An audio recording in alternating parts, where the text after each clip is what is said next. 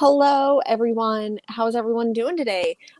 It has been a whole 2 weeks since we've been Again, here again, since we've been here together, because it was 2 weeks before that. We had some convention stuff. We both went to conventions. same We weekend. survived. We made it. We did it. Did we though? Like Did we financially, though? did we? Ooh, yeah, I think I did. I mean, I Okay. tried. I tried my hardest, y'all. I was like, if I see this one thing, which I do, I'll probably save it for the end, but I do have like a convention haul. You did a beautiful video, which I linked in the description for your convention haul. Did. How was your time at the convention? How did that feel?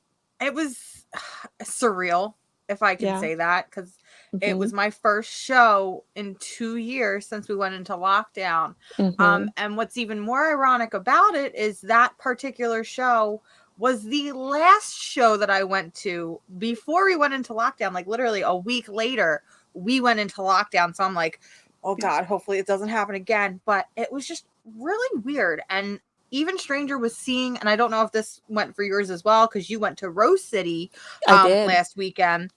It felt like the climate of comics changed drastically. So, of course, not all the tables were filled to the brim like they were Yeah. normally. But what was even stranger was looking at some of these walls and seeing some of the books and bins and seeing how overpriced some of them felt. It was really weird going into a convention hall and seeing walls of nothing but stray dogs and something is killing the children. Mm-hmm. When I'm used to seeing like heavy hitter books, like first appearance books for characters from like the 90s, the 80s, the 70s. And now it's like walls that are completely modern books that aren't even technically keys, for lack of a better word. I mean, they kind of are, but they're like, I think that there's this whole like other market for like new keys. But honestly, Okay. like all of these, like especially for Marvel first appearances, right? And they're usually, I feel like, issue number ones of things. I still think that some of them are reasonably priced, some of them are not. But they're literally books that you could have found in dollar bins 5 years ago. Oh, And 100%. that time is over, folks. It truly is. So it was great to be back, though. It really was. Yeah. Saying hi to everyone in the chat. I think I got everyone so far. If I missed you, you're just going to have to comment again and say hello. But I know that we missed a lot of people here. So, I really like, I know I was ranting, but I really mhm. like John's comment of, I missed this show more than a college kid misses their parents' washer and dryer. That, It's true. listen, that makes my heart sore, John. Thank you. Yeah. um, you know, the convention, I wasn't really sure what to expect with Rose City Comic Con because um I had never been to that convention before, and I had gone to the convention center itself 3 months ago because that's where they were doing the vaccinations at. So it was Mm-hmm. really weird walking through this space where 3 months ago they're like having us like kind of snake through, and then like you get your shot and then you sit there for 15 minutes and they're like, okay, like 3 weeks you got to come back. So that was kind of surreal. Going, it obviously completely transformed. I missed a lot of things. I missed talking to creators, and I feel like 2 years ago Jennifer was a completely different person than Jennifer now talking to creators. Oh, um, 100%. so where I think maybe 2 years ago I would have been, I mean, there were still some creators that I was like, I don't know, they look really busy. I'll wait. But then there were some creators like David Walker who I'm like, hey friend, like I don't know. So that was really cool. Not So only that, but David F. Walker apparently knows our show, which you that's what he texted me and said. I lost my shit. I Folks, I had like a heart attack. So I'm like, hey, like, have you, I don't know if like you do shows and stuff like that. Like if you've ever thought about doing the show, like thought about like, it's like a live comic book review show. If you'd ever want to be on it. And he's like, oh yeah, what's the name? And I'm like, oh, Comics Will Break Your Heart. And he's like, oh yeah, I know you. And I'm like, what? What did you just say to me, sir? So that gave me more of a heart attack than spending as much money as I did on like the grail that I was looking for. So that was pretty spectacular there. So hopefully Wonderful. we'll get David Walker on the show and chit chat about things because he's really, really cool. Um, but One thing that I do want to mention about the convention is that it was a lot of fun. I had a lot of fun seeing a lot of cosplay, which I thought was really cool. I did not appreciate that at my particular convention there weren't a lot of raw comic books. There was not a very good back issue selection of raw Really? comic books. There were a ton of CGC booths. Um, some had overpriced, some had decently priced slabbed books, which was very overwhelming because the prices of these things, folks, have gone up like Exponentially. It's a big word exponentially. for me this Sunday morning. So that was kind of a sticker shock because books that you could have easily gotten for under $100 are now $600, $700, $800 and Ridiculous. more. So it's a lot. But there has been some, I feel like most of the news that we talk about is going to be a lot of like shows, TV, things like that. What's some news that you that's like on your brain that you saw? News that's on my brain. I don't know if it's necessarily news, but we finally got to see the release of the Wayne Family Adventures over on Webtoon. So a couple weeks ago, we were talking about how DC announced that they were partnering up with Webtoon to bring exclusive digital-only comics straight to your phone. And Jen's laughing because there's a mean, cruel joke thrown in there somewhere about not understanding a joke. Yeah. But it hit, and let me tell y'all, listen, I know I'm biased. I'm biased as hell when it comes to my Bat family. This is the best thing I have ever read since name something. I don't know. It's everything that I personally have been craving for the longest time. It's the Wayne family just kind of bullshitting around, getting into trouble, loving one another, and just fun shenanigans. And I feel like this is a book that we desperately needed because it features everybody. Like, you name it, they're in this book. Is Batwoman there? Not yet. I named her. She's not in it yet, but she's coming. She's coming. Okay, I swear. okay. What's even greater about Wayne Family Adventures is last week it was reported that Wayne Family Adventures, upon its release, brought in more people than any Bat Family title on the market right now, including the mainstream mainline Batman title, which is insane to think about because there were so many people that were saying, oh, this is going to be, it's not going to do anything. It's not going to help comics. And I'm going to tell you right now, there are two very important reasons why this led to the success the way it did. Yeah. One, it's free. It's available on your phone and it's available at any time. Mm-hmm. You don't have to wait till Tuesday, or you don't have to. And even, just saying this, so this week I went into my shop on Wednesday and got all my other books, but the DC books were lost. So I don't know. I hate that it excludes local comic book shops, but that's a reason for people to get it, right? That's a reason for people to gather. And I definitely want to attribute a lot of the views, to a younger audience, which I think is really awesome because it's getting these younger, I don't want to call them children, but these younger readers into comics. Not only that, but again, this is content that I feel like people have craved for years, and people just wanted a fun Bat family centric book, and we finally got it. So of course it's going to accumulate to some of the success that we're seeing with that.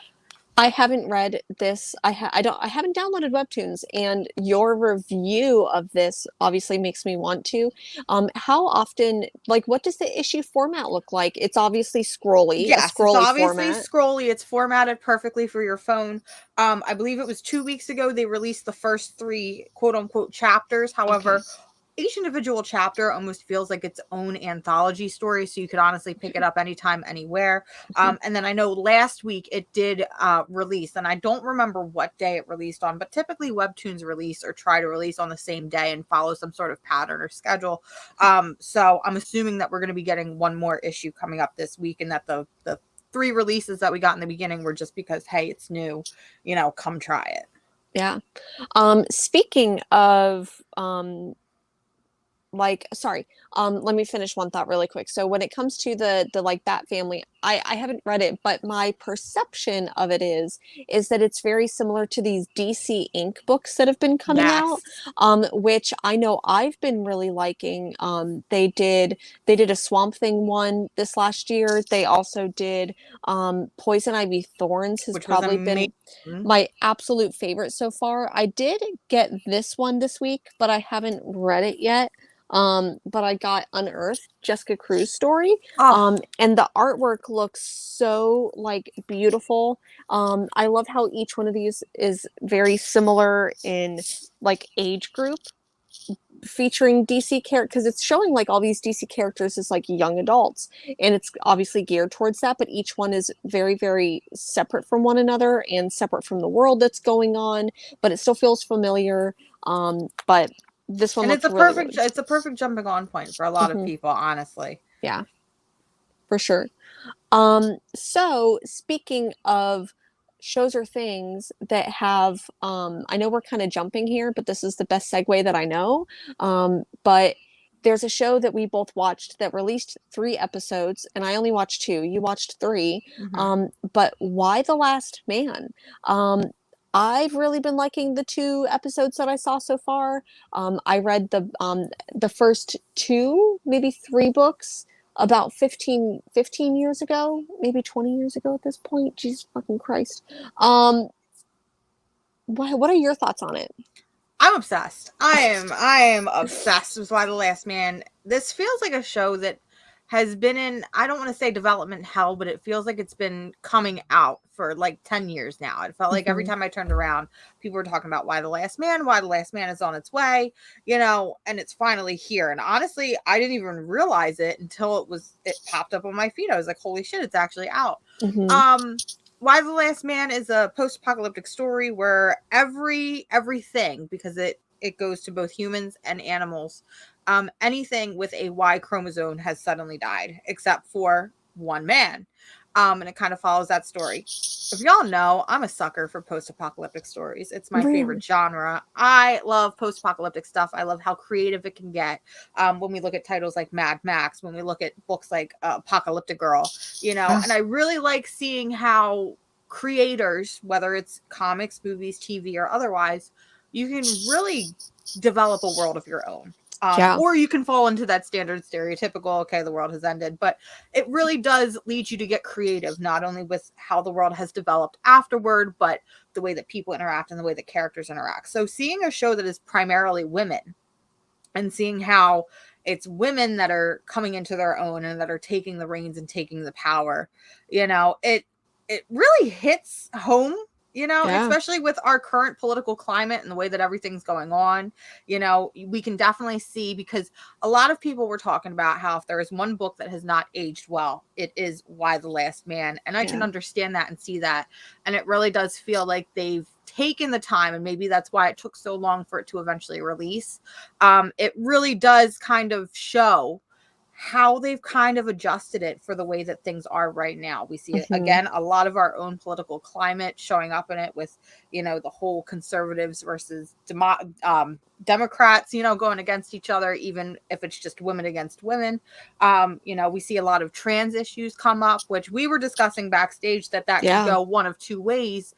But you can see where a lot of that stepping in and modernizing it really did happen. I agree. It's been a hot minute since I've read those books, and so some of the details are really fuzzy. Like I remember some of the characters, and I think that they've done a really good job updating it. I do. I One of the like if there's going to be a criticism, and I want to say this criticism with the filter of this is an incredible show, and it's actually like It it's a is. pretty good series, written by Brian K. Vaughan, who is obviously one of my favorite writers.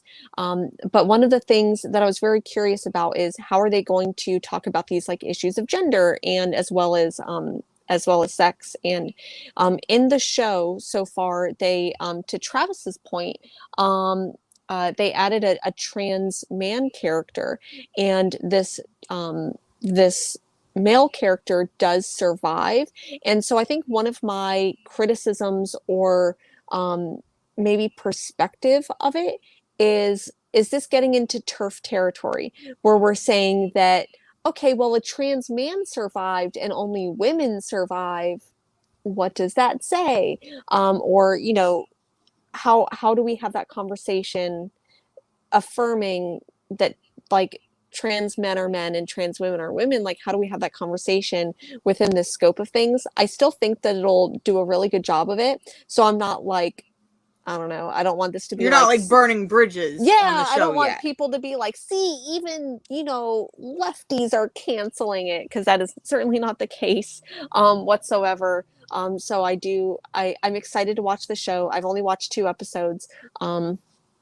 So gonna try to watch the third today for sure. It's very good. It's very exciting. Yeah. And one of the things that I really liked in it was that I really appreciate how thoughtful, and I really feel like Yorick in this series maybe a little bit opposed to the book, how Yorick is tackling issues of toxic masculinity, and like maybe like there's moments where he's a lot more vulnerable and they show that.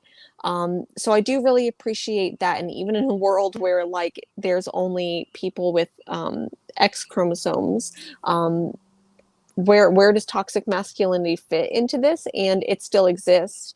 But so I like a lot of the little bits and pieces of like intrigue, and this is a really good show, folks. Please go and watch Very it. good. It's very good. Yep.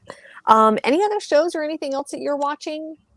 I mean, does it count if I have watched the Hawkeye trailer like It does. 40 times? That is a show. Yes. I have. Listen, we finally got the first trailer for Hawkeye. And again, if you don't know, I may or may not be a massive fan of Matt Fraction and David Asia's Hawkeye. Yeah. Like, it is literally the book that made me start to read Marvel and realize that I should hop off of my DC fence and start to explore everything Marvel has to offer. Yeah. I'm gonna be honest, I cried because it feels like I was really worried, because I understand that, this has to fit into the MCU.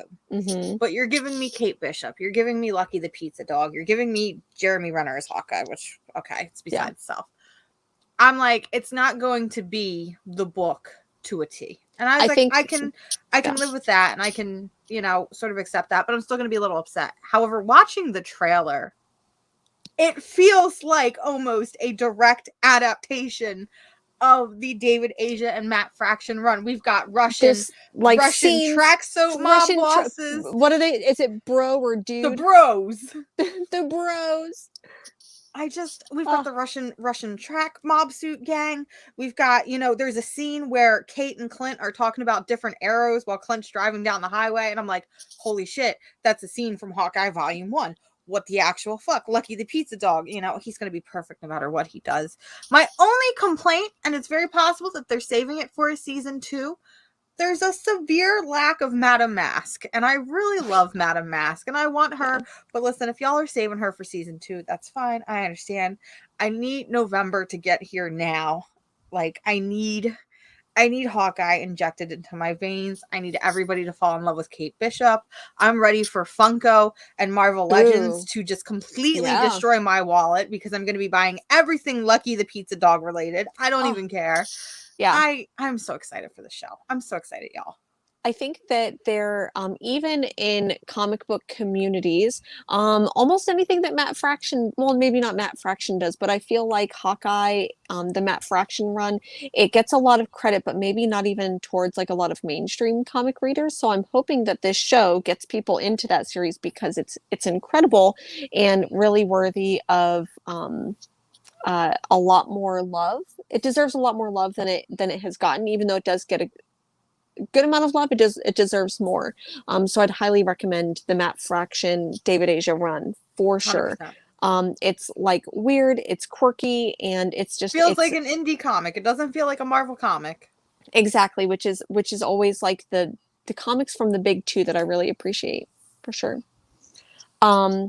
So I'm trying to think of any other trailers or anything that I've watched recently. I did go last weekend, or have I talked about it? Did you finally see Shang-Chi? I did see Shang-Chi. Shang-Chi. I did. And I'm here to tell everyone It's probably my favorite Marvel movie. Like, Really? yeah. I mean, of course, I really love the weird absurdity of Thor Ragnarok, which is like my favorite. And then I really, even though it's not like a true like Marvel movie, I really did love Into the Spider-Verse. And but I think that this one had so much big action, big like I was just in awe the entire time. I loved this movie. So I really hope It people was go good. and see it in It was theaters. a good movie. Well, if you can't see it in theaters, 100% understand if you can watch it at home. Is it on It streaming? is not. It is the first one that is theater release only. Okay. Then I'm sorry for folks who are definitely like, for like medical reasons and things like that, may not be able to go out. Um, I'm kind of in that boat, but I'm like, I'm gonna risk it for the biscuit. And the biscuit was good. The The biscuit was biscuit good. was The very biscuit was good. worth it. Yeah, um I was like, Candyman's gonna be the like first kind of movie that I see in theaters, and then I'm gonna watch it today on streaming, and then I watched that a couple weeks ago. But I was like, Dune's gonna be like the first big movie that I see in theaters. But it ended up being Shang-Chi, and it was by far my favorite Marvel MCU movie for sure. I can't wait to see more. It's very fun. Very fun. It makes me excited for what Yeah. phase. I don't even know 4? what I phase think we're we're phase in 4. anymore. Phase 4? I don't care. Whatever this next new step post Thanos is, I'm excited. Yeah. Um, any other, I know that there's some news that I'm really excited about, and there is, so I'll go ahead and bring it up. I believe after the current Rom V run of Swamp Thing, Jeff Lemire is going to be taking, I don't know, taking over. It's going to be a DC label, DC Black Label, Mm-hmm. 3-issue, 4-issue miniseries I by Jeff believe it Lemire. is 3, and I believe that they're going to be both running around the same time. Okay, because right now we just got issue 7 last week of 10, and then Jeff Lemire's run is taking over in December. So there Mm-hmm. might be like December where like we get last issue of Swamp Thing, first issue of this. Mm-hmm. So we'll see there. And DC has pushed back a lot of titles recently. A lot of the like I think the Nubia and the Historia they've pushed back a little bit. So we'll see if this does or doesn't get pushed back. But it's exciting, and Mhm. it's exciting for you because it's more Swamp Thing. Not only that, but it's the return of, I Alec guess there's, Holland. I was gonna say, I guess there's multiple Swampies that I wasn't aware of, and it's the Yeah. return of somebody. The I return know of Alec Holland, Alec who Holland. is like he's like technically not the like original Swamp Thing, but was the Swamp Thing in like the most classic run. In the Alan Moore run. Okay. Yep, you got Okay. it. Okay, so that explains why there's a lot of people excited about it. But for some reason, there's also a lot of discourse on the internets right now about Swamp Thing, and people wondering why Swamp Thing is overrated, and why so many dude bros love him. And it's very, you know exactly what tweet I'm talking about in particular. Yes, But it's Alex, very I'm just confusing why it's happening. it is, and I kind of get it because I think if so for those of you who don't know, Alex DeCampi tweeted out something like, "Why are so many dudes like into Swamp Thing? I don't get it. What is it about this character? Don't tell me what books that I need to read because of course everyone's just gonna fucking say the Alan Moore Swamp Thing." But the they started this and then just walked away. They put the tweet thread on mute an hour And just into let the this. fire and just let the fire burn, Yeah. basically. So Alex DeCampi, I've got you. Let's talk because I've been going back and trying to read the Nancy Collins run, and I feel like there's some merit to that. And I don't necessarily like the Scott Snyder and all that isn't necessarily my favorite, but I love monsters. And that's That's all it. you need. I love big, thick, green monster Swampy boys. monsters. Yeah. Green swampy monsters. On top of that Swamp Thing release, we also got the announcement that Becky Cloonan and William Conrad are doing Michael Conrad? Michael Conrad, sorry, Michael Conrad, and fuck, what is his name? What is his name? He did the Me You Love in the Dark, and he also did Scotty Middle Young? West. No, he Well, it's the artist. It's Oh, not the writer, it's the artist, like Jorge Corona. Sorry, that because I one, have it Jorge right here. Corona. Congratulations. No, so Jorge Corona, they are doing a Batgirl series, and it is Stephanie Brown and Cassandra Cain with Barbara Gordon at the helm, kind of, I don't want to say pulling the strings, but she's on the back lines with the girls on the front lines. Again, DC feeding me with the Bat Family content that I desire and that I crave. Thank you so much. I need 20 more copies. Like, why did it take us 20 some years for a Batgirl team up book?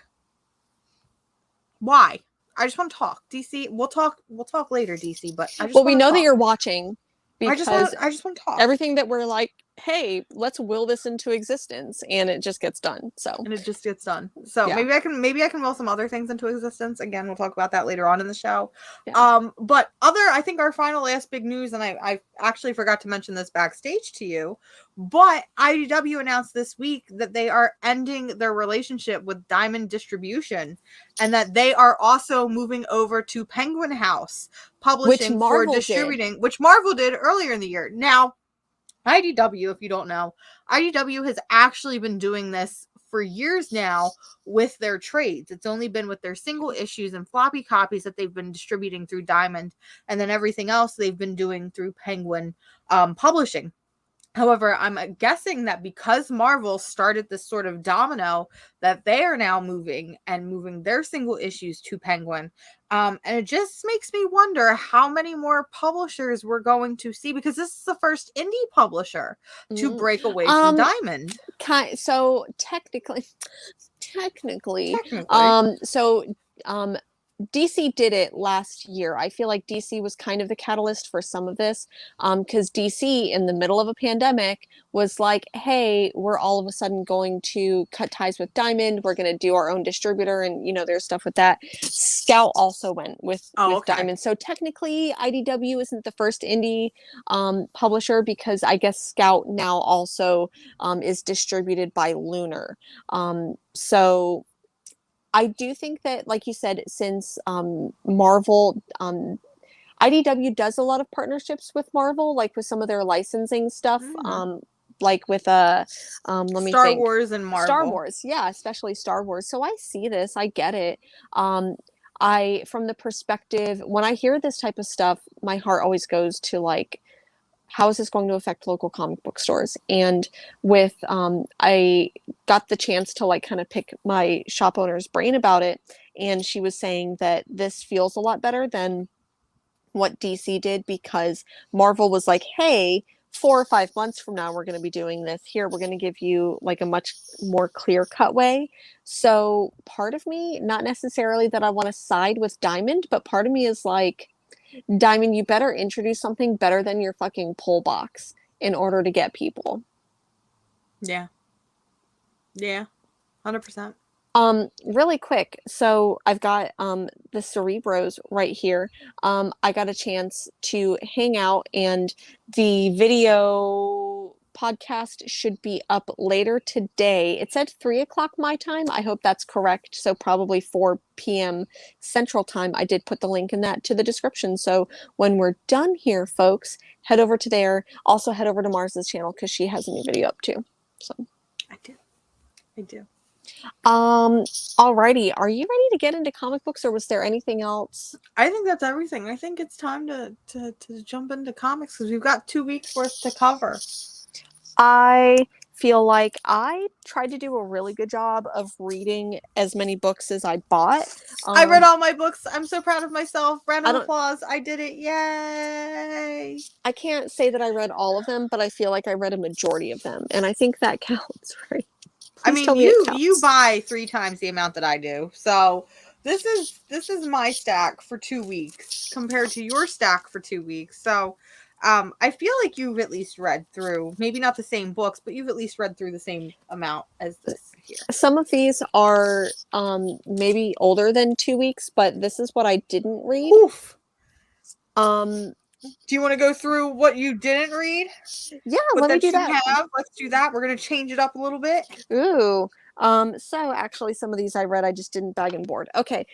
So Fantastic Four Life Story issue number 4, haven't read yet. Homesick Pilots, I finally got this one, issue number 9. I didn't read it. Wind number 10. Is it number 10 or is it number 9? Whatever it is. Wind. It's Wind. I haven't read it. Savage Hearts number 3. I really love Aubrey Sitterson. I'll see that. I didn't read Black Widow. I'm sorry. I know you're gonna scream at me. It's fine.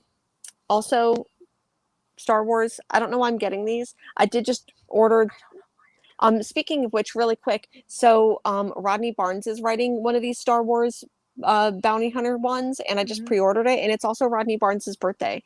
So happy birthday, Rodney Barnes! Happy birthday, Rodney Barnes! Hashtag Rodney Barnes for Swamp Thing, because I really want Rodney Barnes. Rodney Barnes for Swamp Thing. Haven't caught up on Marauders yet. I did read that one. I didn't read Titans because I didn't get my DC book, so I had to grab this one yesterday. Superman and the Authority, number 4 out of 5, by our friend Grant Morrison. Dr. Aphra, haven't read that one yet. 9 Stones from last week. I tried to read this one and didn't like it. And so it's like 50% read. I'm not counting it. Who published that one? Behemoth, right?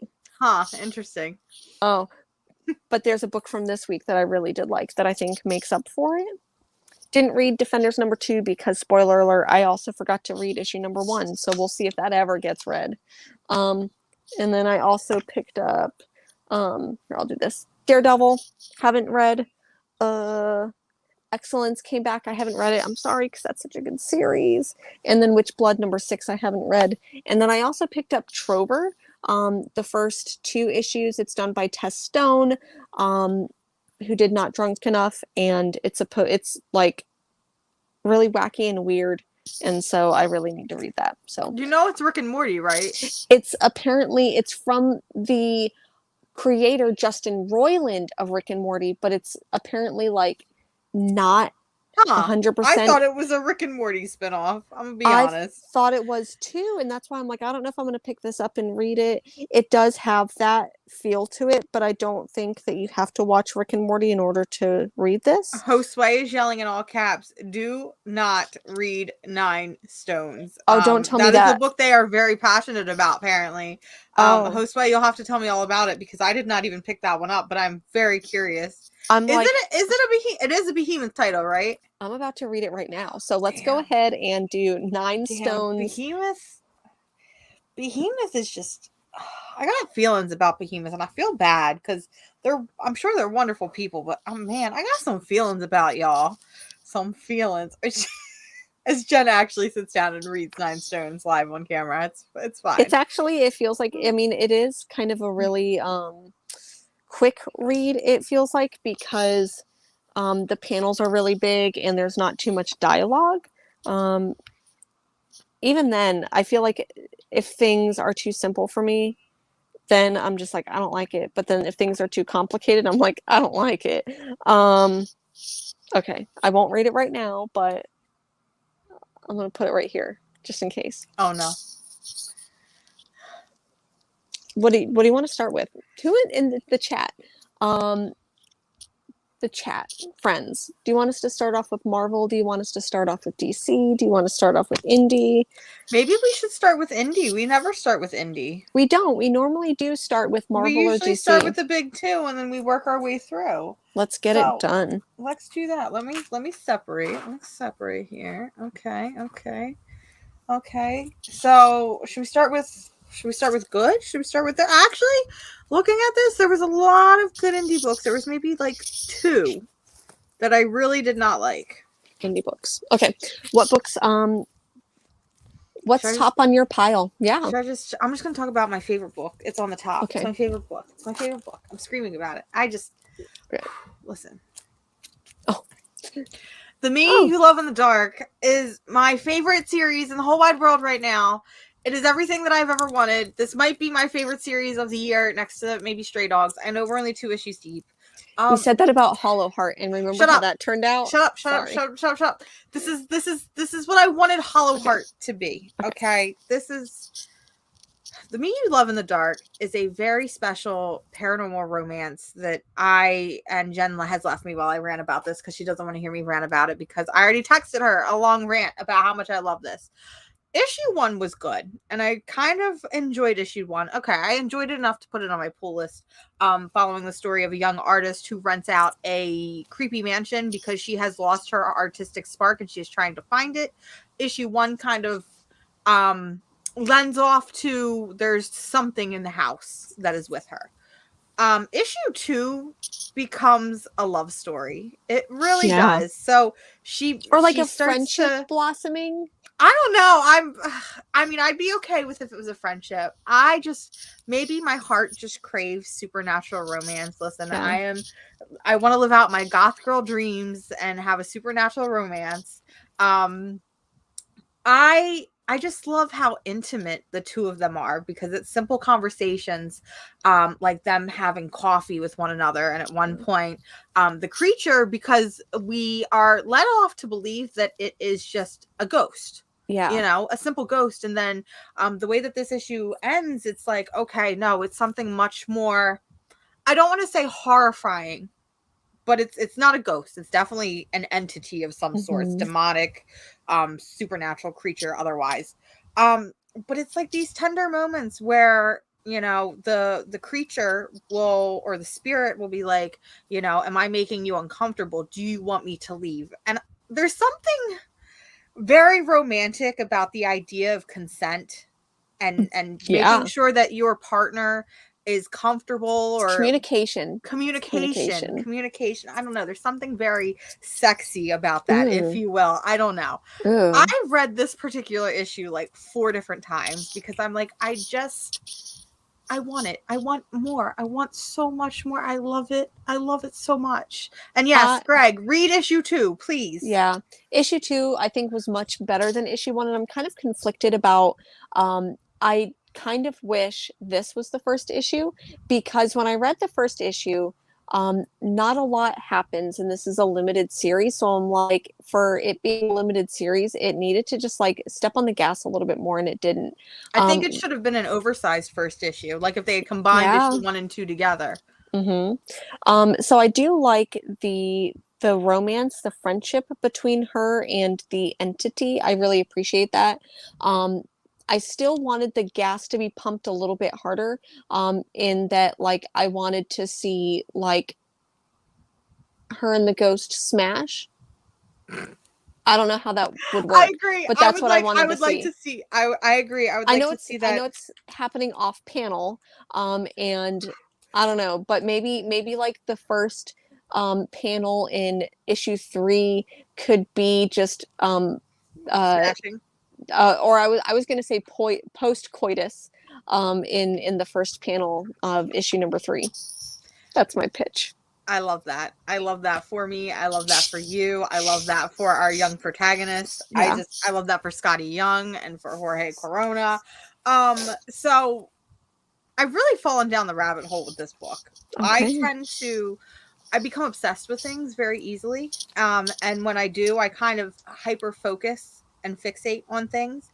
So right now I am hyper fixated on The Me You Love in the Dark. And one of the really cool things I found out of that hyper fixation is in the book, there are credits to David Stoll for the 3D model of the house. And what I learned this week was David Stoll went in and spent, I believe it was 45 hours creating every aspect of this house, all of the rooms, the layout of it, all of the small minor details, and then handed over all of these models to Jorge Corona, who then went and took those models and, used them as inspiration and used them as the blueprint for each and every panel. And I just got to say, I love that. I love when books have that like secret layer to it. Yeah. Because if you think about it, the house plays as much detail into the story. The house is basically a character. The house is a character. So I just thought that was really, really neat. And I'm really hoping that when this trade comes out that we get to see some of those blueprints because they did release it on their Twitter. So if you want to see more of what I'm talking about, please go follow David Stoll on Twitter. Check it out because it's just the idea and thought and love that went into the series that I'm really, really loving. And it's funny because Scotty Young and Jorge Corona collaborated on a recent series called Middle West, and I really didn't like that story. This is the first story really by Scotty Young that I'm really, really digging right now. Oh, see, most of the Scotty Young that I am more familiar with, like I think of, I hate Fairyland, so I wanted this to be a little bit more maybe like absurd. Yeah. But I love it when stories have that much detail put into it that we don't necessarily see. However, I wish that we would see more. Like I feel like I need a Hickman dump for all of that information. Yeah, yeah. Someone in the chat asked about this book, so I'm going to go ahead and pull it up. I really loved this book from this week, and that is Primordial #1. I did get the A cover, and then I think this is the B or C cover, Christian Ward. I loved this book so much. It's written by Jeff Lemire and the artwork by Andrea Sorrentino. And it's basically, it reminds me like it could be taken from the pages of Department of Truth, where it's like this conspiracy theory set in this like alternative history type thing. Laika, which was the space dog sent to Russia, and then America sent monkeys into space while they died. And when that happened, both countries decided, hey, let's pull back from the space race. But in here, we get this gentleman who uncovers maybe that's not what happens. And the monkeys lived afterwards. I feel like that spoils it a little bit, but fuck it. It was good. But did you read it? Did you hate it? You hated it, didn't you? Listen. I'm like going on and I'm like, I love this book so much. And she's like, okay. Tell me why you hated it. The reason why I hated it is exactly what you said was it feels like a knockoff Department of Truth. And I hated Department of Truth. So I feel like if you like Department of Truth, you're gonna love this book. This is a perfect. You don't like book. Department of Truth, do you? I hate Department of Truth. So obviously I'm gonna hate this book. So it makes sense. To me, this is not. I have more thoughts to say on this, but I'm gonna kind of save them for my thoughts on another book because because it's a companion piece with another book. I didn't know what was going on. I didn't know what was happening. Until they were like, oh, by the way, the monkey and the dog lived. And I'm like, oh, so that's what we were going on about the entire time. Like, think about it though. Like, think about, so what I want out of this book. Think about the fact that a dog died. Okay. But it didn't die. That's, but in the real world, it did die. It made me sad. That is true. So what I want out of this book is, because I feel like this is tackling some of the issues of like a little bit of like racism and socioeconomic status, maybe a little bit. So I do think I'm really excited for this book. I really hope that it rights some of those wrongs. And I really hope that, like, if there's just an issue where they take the sentient monkey and the sentient dog and they just destroy everything, like, that's what I'm here for. At the end, spoiler alert, the monkeys are like, eek, eek, eek. And then the dog is there, Laika's like, oh, hello, or something. It basically talks. I'm here for any anthropomorphic like animal. So just read Animosity. It's fine. I would also suggest We Three by Grant Morrison, if you haven't read that. And I would suggest Department of Truth, but you don't like that book, so. Anyways, I really liked it. I feel like we should. No, we shouldn't. I was gonna say we should talk about the books that we hate and dislike, but I feel like it's better this way, where you just break my heart live on stream. It's fine. So there was another Jeff Lemire book that was from this week. There was another Jeff Lemire book from last week, which is where I'm going to save some of my reservations for. So this is May's book. This is a limited series written and illustrated by Jeff Lemire. Personally, I feel like this is the superior Jeff Lemire story out of our 2 weeks. And here's why. I feel like there are 3 sides to Jeff Lemire. I really do. There are his standard superhero books, so things like Green Arrow, things like Justice League International, and things like Old Man Logan, for lack of a better word, things like that. There are books like Primordial and books like what was that other book he did with Adrian Sorrentino? Or Andrea Sorrentino. What's that other book that everybody really liked? Gideon Falls. Yeah. There are books like Gideon Falls and Primordial, which are very weird and out there, but don't really make sense probably until the end. And then there are books like Maze Book, which I see you got the weird Alan Moore looking cover. I'm sorry, Ooh, it looks yes, like Alan. Alan It looks like Moore. Alan It Moore to me. does. It looks like Alan Moore. There are books like Maze Book, which I would lump these in with books like Sentient, books like Moon Knight, where they take a very personal backseat look into not necessarily mental health, but into the mind and into how a person reacts and feels in situations. This is definitely a very feely book. And this book was sad. Like, this book made me sad. Yeah. For those of you who haven't read this book, the plot, the premise is basically this older man is just going by day. You find out he's talking about someone who, and he remembers her sweater. He remembers the details of her sweater, and in the monotony of just trying to live life after they're gone, only remembers details of the sweater, but he can't remember her face. And he's like going, he's getting on the train and going to work and working and then coming home and eating the same meal, and it's just like day after day. You find out at the end. Do I want to spoil it? Do you want to spoil it? No, I don't want to spoil it. I just want to leave it on I'm trying to figure out, there's another book that he wrote that reminds me of this. You said Sentient. It almost reminds me of Plutona. It's not Plutona. It's a very, very, very weird book that nobody really talks about. I read it once at a library years and years and years ago, and that's why there's Mr. Nobody. There's of course Sweet Tooth, but that's not it. This had to deal with like an old man and hockey, and he might have been Roughneck. Okay, that's what I'm thinking about. It reminds me of Roughneck, where it's this very like personal story, and as you're talking about how things have happened and his young child has gone missing, it also is almost like a metaphor for mental illnesses like dementia, where you're slowly losing yourself and that fear that comes with that.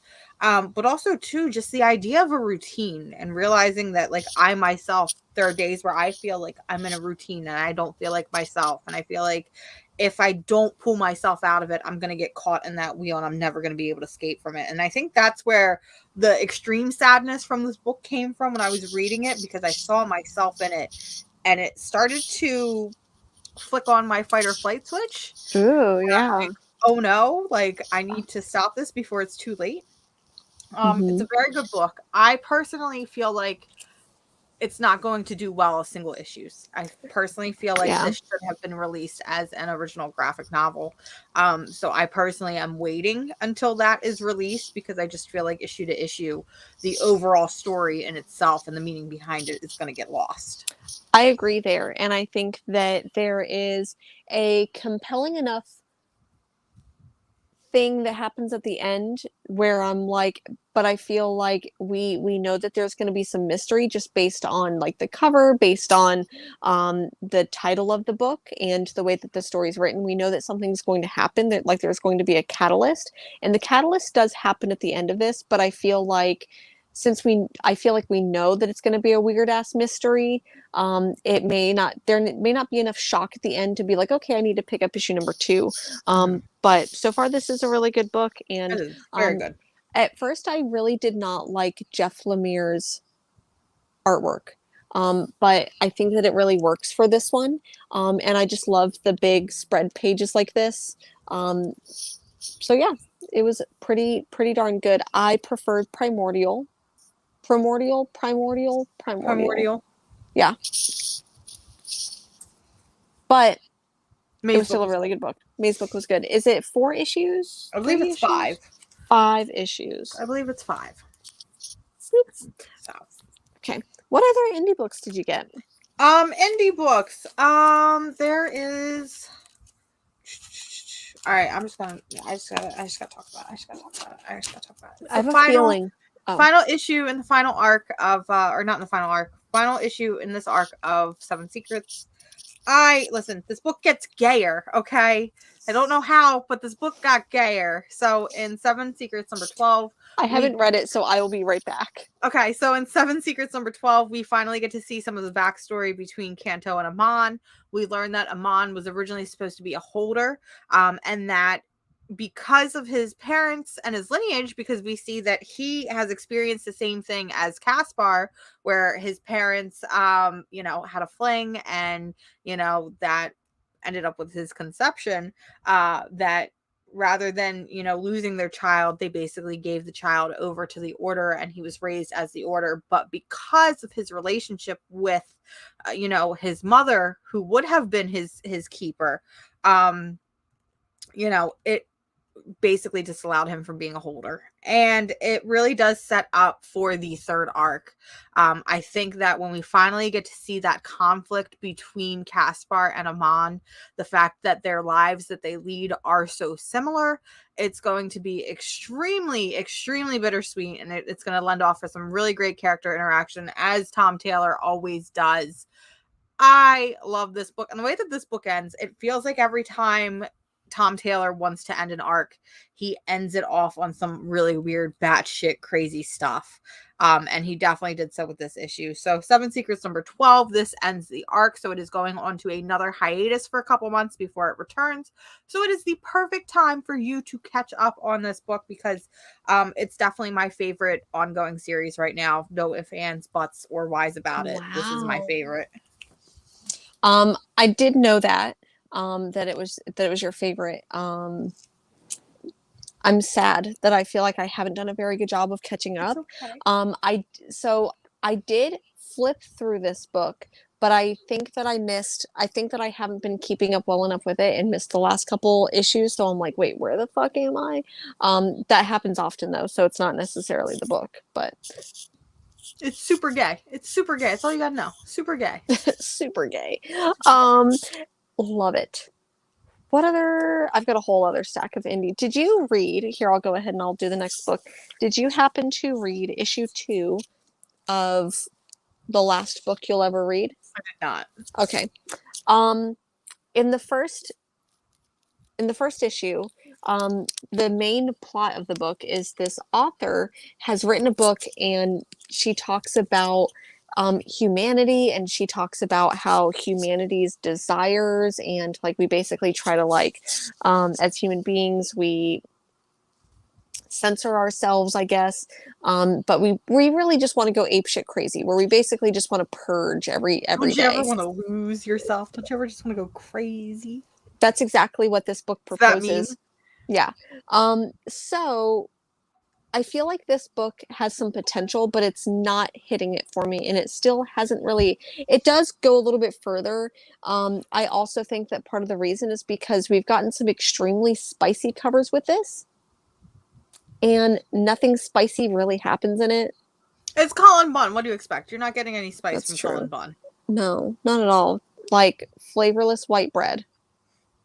And that is typically how Cullen Bunn books go, which is why I stopped at issue 1. I had so much more faith in it. I do like some Cullen Bunn books, but like I was rooting for you. But I don't. But I feel like Cullen Bunn will always be, and I hate to say this because I don't want to demean anybody's worth or work, but except some creators who like the smell of their own farts. Okay, so there are some, but for the most part, if you are harmless, in which case Cullen Bunn is, Cullen Bunn has always felt very average to me. I've said multiple times on this show, it almost feels like Cullen Bunn has a dartboard where he kind of just throws stuff, and then he picks from that and he writes a story based on that. Not to say that there's anything wrong, because the man is putting out multiple books every single month, to which case I gotta, that's insane. Good job. Work that hustle. But again, you could also arguably take pages of all of his books, throw them up in the air, and pick them up, and you wouldn't be able to tell which book was from which. I'm about to go do this. I'm about to start ripping up comic books. Oh no, please don't Just do kidding. that. No. That will break my heart. Yeah. Um, any other what other indie books you got? Another book from Volt Comics was Dead Box #1. I hated this. I did not like this at all. I did not have a Wow. fun time. This was one of those books where I just really wanted it to end. I didn't know what was going on. It was such a slow burn. It took me I didn't even realize looking at this because, you know, it's a Volt comic title, so I didn't even read solicitations. I was just like, okay, Volt comic, I need it. I didn't realize that this was a red box machine. And it feels kind of weird that we're making a horror comic book about a red box machine. It feels very B-list horror, like very what's the word I'm looking for? Very like weird campy horror. I'm thinking like Rubber with the killer tire, you know. So for you to have something like a killer DVD machine, I need it to be wacky. I need it to be funny and campy and weird and entertaining. And this wasn't. This was just very, very boring. Very boring. I really wanted to like this book, and there were moments that I did like.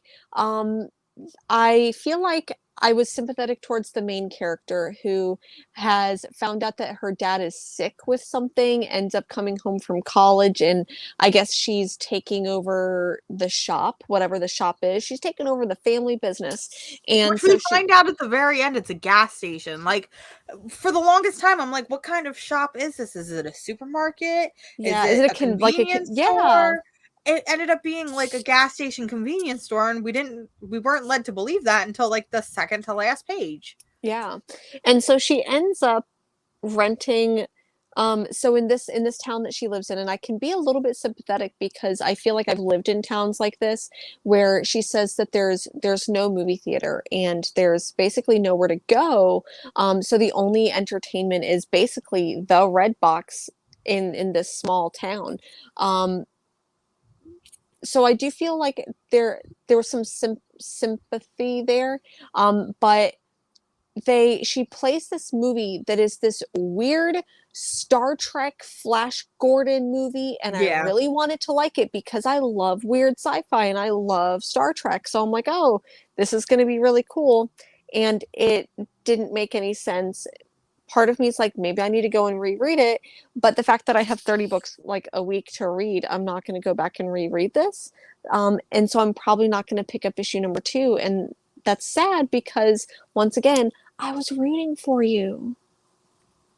It just was not fun. It wasn't a good time. No. I would not recommend this book at all. 0 out of I 10. can't. And I hate to say that. And I feel like this happens with Volt titles a lot where I get into this swing where I'm like, okay, I loved Hollow Heart when it came out. I loved Hollow Mm-hmm. Heart, Yeah. Switchblood, Barbaric, and then I'm starting to see that decline in Volt that I sometimes do, where it's like the last book you'll ever read, Dead Box, Blue Flame.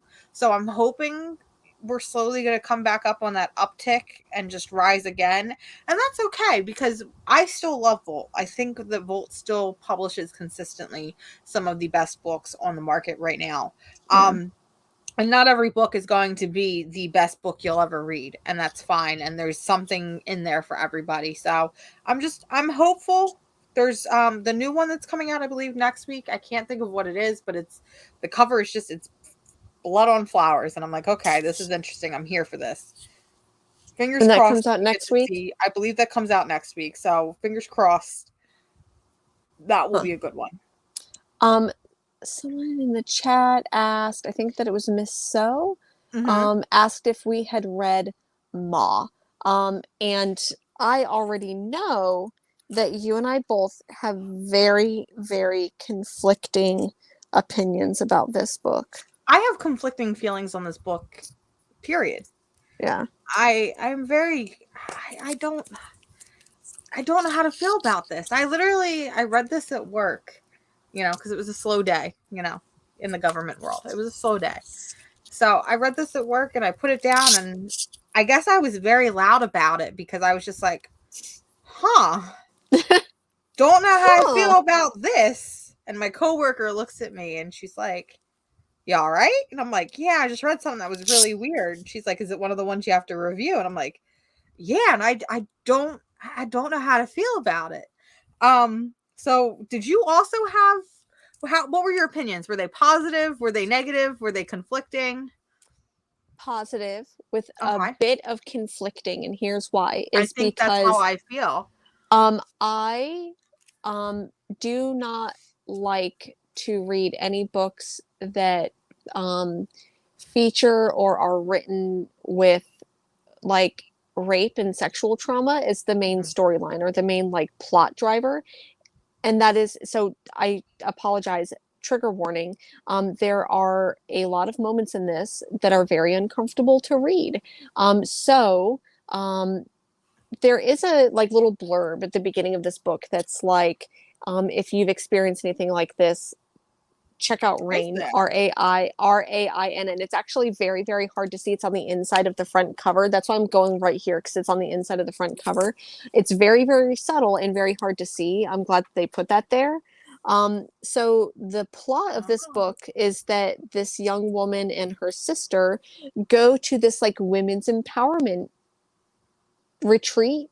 And they go there, and the one sister is like, I'm just bringing you, fuck this. Let me go back to town and get drunk. She gets drunk. Eh, something's put into her drink. We find out, and once again, trigger warning. So I'll give you a couple moments there. Trigger warning, she is date raped, and there are moments that flashes back to a previous traumatic experience that she's been through. So her and her sister are like, do you want to go to the cops? And she's like, sis, I've been in the shoes, like I've walked in these shoes, and we both know that nothing happens, that no good comes of it.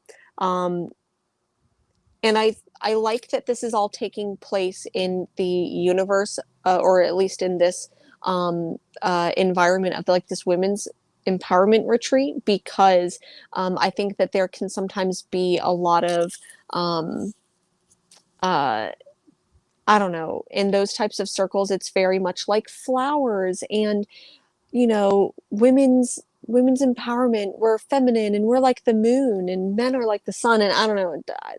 Anyways, um, I did like this book because I like to see this raw power. This is what I wanted Mother of Madness to be. Okay. And I like it for that, if that makes sense. And maybe I shouldn't compare it to Mother of Madness because Mother of Madness was hot garbage fire. Did I Did I say too much? Did I say too No. little? You basically everything that you said, that's exactly how I felt after I read it, where it was like, okay, I like this women empowerment thing where the whole premise of the story is women becoming monsters to protect and take revenge, for Mm-hmm. lack of a better word. It had very big midsummer vibes to it. Yes. Very, Like, good very for big, her. very, very big good for her. But again, I can't express it enough. I don't like books that deal with their plot revolving around trauma and you As know and I don't want to say unnecessarily using that as a plot device, because I don't want to say that any story is necessary. I will say though, one of the only stories that I feel like has ever um, done anything like that justice is Girl with the Dragon Tattoo. I mhm. think that it makes sure to treat those characters with a lot of respect, even though very disrespectful things are happening to them. And the author of Girl with the Dragon Tattoo, I can't recall his name. He passed away, but he wrote that series of books because he witnessed something like that, didn't feel like he could do anything about it, and basically felt guilty for not doing anything about it. And so then he ended up writing these books with Lisbeth Solander.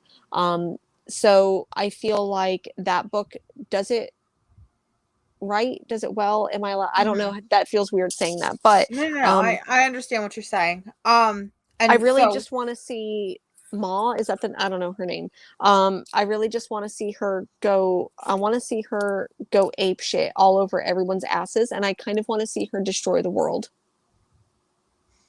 yeah, you hit the nail on the head. Now, I will say this. there is an alternative book that you can be reading that basically is the same plot, for lack of a better word, without the sexual trauma and abuse. And that is a little book that I personally love a whole lot and I've talked about a lot, called Insects by Marguerite Bennett and published by Aftershock Comics. So it is a very similar plot where it's, you know, this Victorian woman who is married to a husband that she does not love and does not treat her with the utmost respect. However, we don't see any sort of sexual trauma or abuse.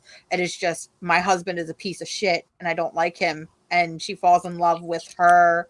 She falls in love with her lady in waiting or whatever, who has some sort of mystical magicalness to it. The two of them end up having a child together.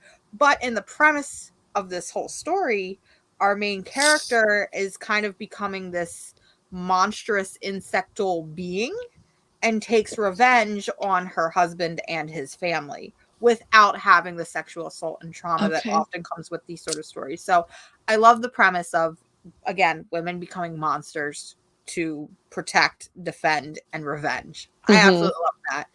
I wish it came without the sexual assault.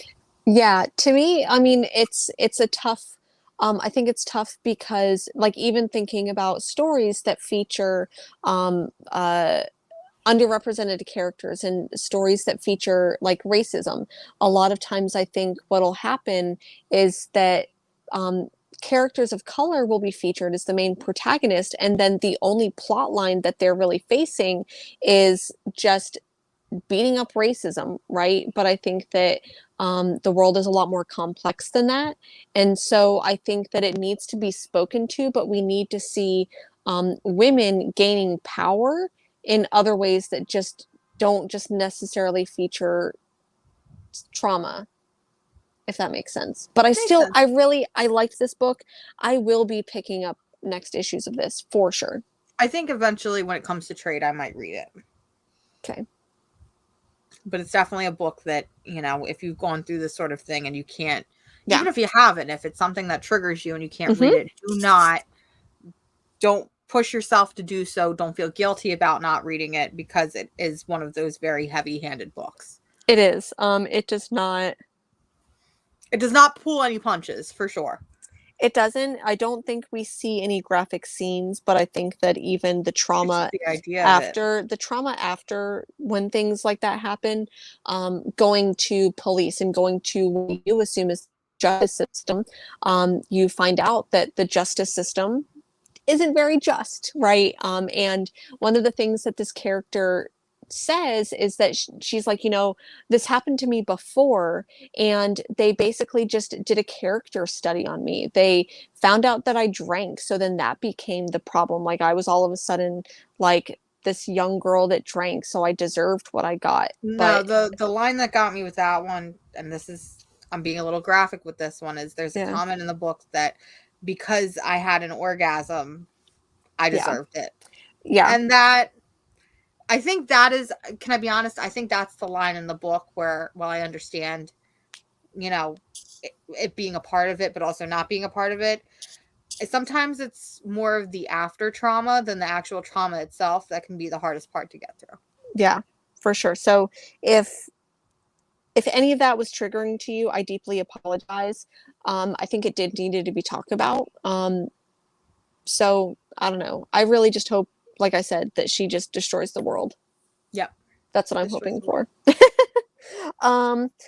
Any other, I mean, I've still got a whole stack of books here. I've got about 4 left. One of them you didn't read, so I'll just kind of run through it real quick. Witchblood number 6. This is the, what's that word that you use where it's the second to last final book? Penultimate. So ultimate, but with a pen in front of it. So penultimate is the one before the last. Yeah. These are big words for me today. It's okay, guys. So this is the penultimate issue. I believe before the final one. Shit has gone down. Basically, shit has hit the fan. We finally get to see what the fabled witch queen goddess Esme looks like, and she is a complete bodacious babe. I love her. We finally get to see kind of a backstory into Esme, or not Esme, I'm sorry, that's the goddess witch. We get to see kind of a backstory into Yana and how she became a witch and fell into this sort of life. I slowly feel like I'm falling out of love with this book. I feel like when it comes to trade and I'm finally able to read it all in one go, that love will be Mm-hmm. reignited.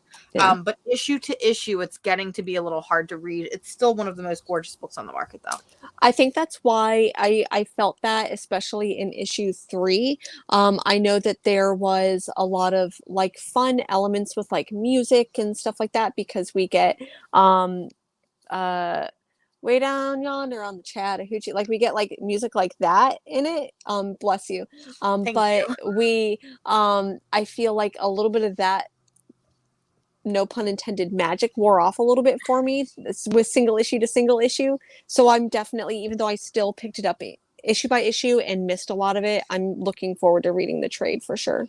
I think if we were doing those musical inserts, which I love, again, they're Hmm. amazing. We've only seen it for 2 out of the 6 issues. Yeah. I feel like it's something that we needed to see in every issue. Yeah. I think it would have just been a really nice, long running, consistent theme that would have tied the whole story together. Where, okay, every issue, or even when you're reading it by a graphic novel, every quote unquote chapter, I'm going to put on a different song and read it, Hmm. and it's going to kind of set the tone and pace of the story. But it is still a really great book, and it's one of my favorites out there in terms of concept. I think it's just another, and I feel like this happens a lot with a lot of indie books where we really would just benefit so much more from an OGN format than going issue to issue. Yep, for sure. I think that eventually a lot of books will go that way. I don't necessarily want to say that'll be the death of comic book stores, but I think that'll be a big transformation that local comic book stores will have to make, is featuring like graphic novels for sure instead of single issues. Mm-hmm. Yeah. 100%. Um, well, I'm going to go ahead and talk about this book because I know that you are not reading it. Um, I've been digging it a lot because it's like this weird sci-fi story, and that's Ordinary Gods, published by Okay. Image. I feel like it's a weird sci-fi book, and there is like this other dimension where like humans in this dimension kind of go in and out of, and it's weird, it's wacky, it's sci-fi, and it's done by Kyle Higgins. Mm-hmm. Who I also really does Radiant Black right now? Radiant Black, did Power Rangers, I and Dark Hawk, Mm-hmm. by Marvel is one that he's doing now. So I really like it, but I can see this will be a fun sci-fi book to read in trade. Okay. What other books you got? A book that I didn't cover issue 1 of, because I was a dumb idiot who didn't pick it up, but because of your recommendations, I was like, all right, let me pick up issue 1. Became completely obsessed with it, was very upset with myself because I'm like, well, shit, now I can't read the rest of it because final order cutoffs, I missed it, and my shop doesn't carry a ton of excess Yeah. books, but they had issue 2 of Not All Robots. I am obsessed with this book. This book is on my pull list. I This falls into that sort of, it's not post-apocalyptic, but it is dystopian, and it Yeah. gets hella creative.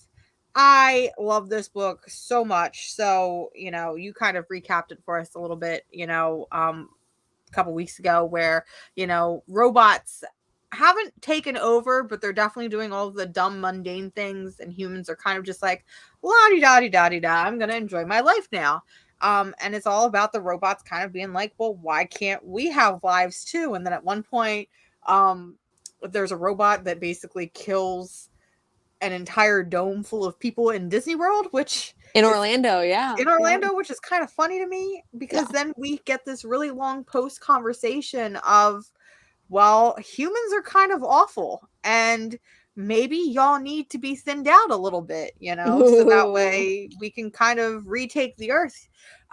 This is the first book that I can think of that name drops COVID-19 and is like, y'all let COVID-19 happen, and Yeah. look what happened. And I'm just like, well, goddamn, are we already this far in where we can Yes. name drop COVID-19 as part of the dystopian future that will come of books? But this is just a fantastic series. If you're not reading Not All Robots, I still can't believe that this is published by Upshot, AWA Upshot of all things, because this feels like a Volt book. It feels like Mm-hmm. an Aftershock. Actually, no, it feels like an Does Aftershock feel like book. Aftershock. It feels like an It does. Aftershock book. It So, feels like it feels like a Cullen Bunn book. If Cullen Bunn was a better character writer, I feel like Cullen Bunn is Yes. a really good plot writer and maybe not a good character writer, or at least like sympathetic characters. And Not All Robots is done in from the perspective, I feel like from the perspective of the robots, right? As opposed to mostly humans. So I appreciate that part of it. So I really, really like It's this. a And yes, it's humans a are really destroying everything. it's a really, really good book. Like, Yeah. I'm so glad that you praised it as well as you did I because did it. I saw it. I was like, all right, let me pick up issue one. I actually had issue one sitting on a shelf for a couple weeks, because I was like, okay, I don't have to prioritize this book right now, but I do want to read it. And then I read it. And I'm like, I texted you and I'm like, well, shit, I fucked up on this one. Yeah. So, sometimes you just have to listen to your co-host and pick up the books they say are good, That's what unless I'm that here book for. is Department of Truth inspired. Oh my God, Department of Truth is so good. And so is Primordial. I can't wait to read more. It's a bad book. It's a bad Okay. book. I don't know if you're reading this next book. Did you read Eve? Did you pick up this issue? I'm trade waiting that one. Okay, well, good news. Good news, everybody. This was the final issue, so hopefully we should get the trade soon. I don't know how far you got into the series. I think that you at One. least read issue one, Read issue which was pretty fantastic. This one finished it, and I really just appreciate Victor Laval as a writer. He also wrote. He's written a couple books, but he also wrote Destroyer, and I feel like there's another one that he wrote that I'm thinking he is doing another book soon. I talked about it on the Cerebros podcast, which once again, shameless plug, will be the episode will be airing later today, and the link is in the description, so you can find out over there. So I'm really appreciating everything that Victor Laval does. Spoiler alert, it's a post-apocalyptic story, and this girl has basically been given instructions from her parents on how to survive. There is an evil robotic teddy bear. It's really good. I highly recommend it. It's on the list. It's on the list. I think On that the this will list. be one of my favorites of the year. Really? Yeah. Yep. I'm gonna give it like another month or two before I finally like solidify that list for the year, but I think this is for sure gonna be on it. It makes me excited to do our best of, because this is our first full year of comics. Fun. So it'll be exciting to do our post, Mm-hmm. end of year wrap ups, as our tastes kind of evolve and change, and Yeah. we'll see where our conflicts come in. I think that'll be the Ooh, most interesting part. we're gonna Um, fight for speaking, sure. speaking of conflicts, a book that I really, really liked this week that you did not, The Last Flight Out, which Yeah. is another post-apocalyptic story.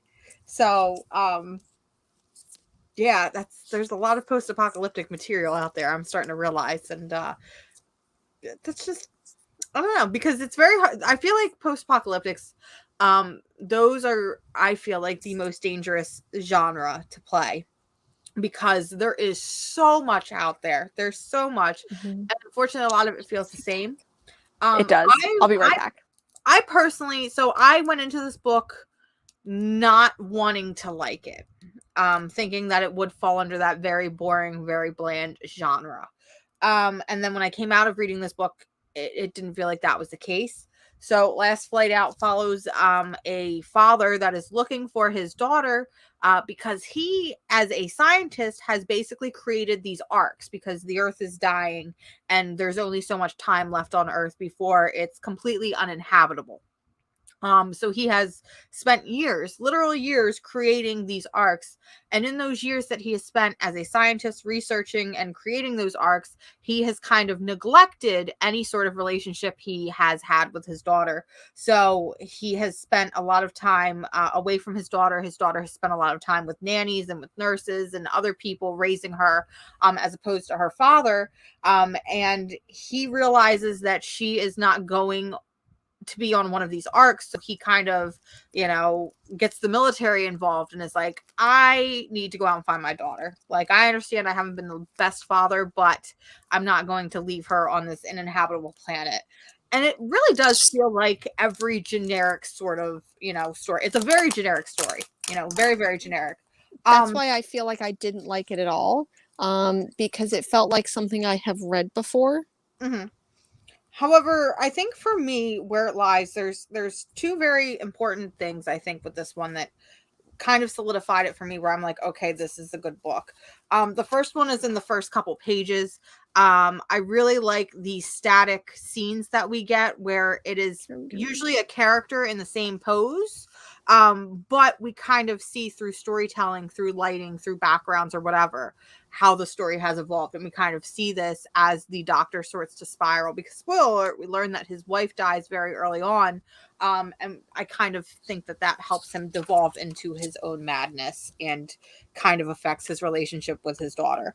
The second one is after we see, his mission begin, where he's going out and looking for his daughter with the help of military. A plane crashes, and there is this scene between, I guess, the military general and one of his pilots, where he's like, "You would only slow us down." And, he basically mercy kills the pilot, even though the pilot thinks that he can make it.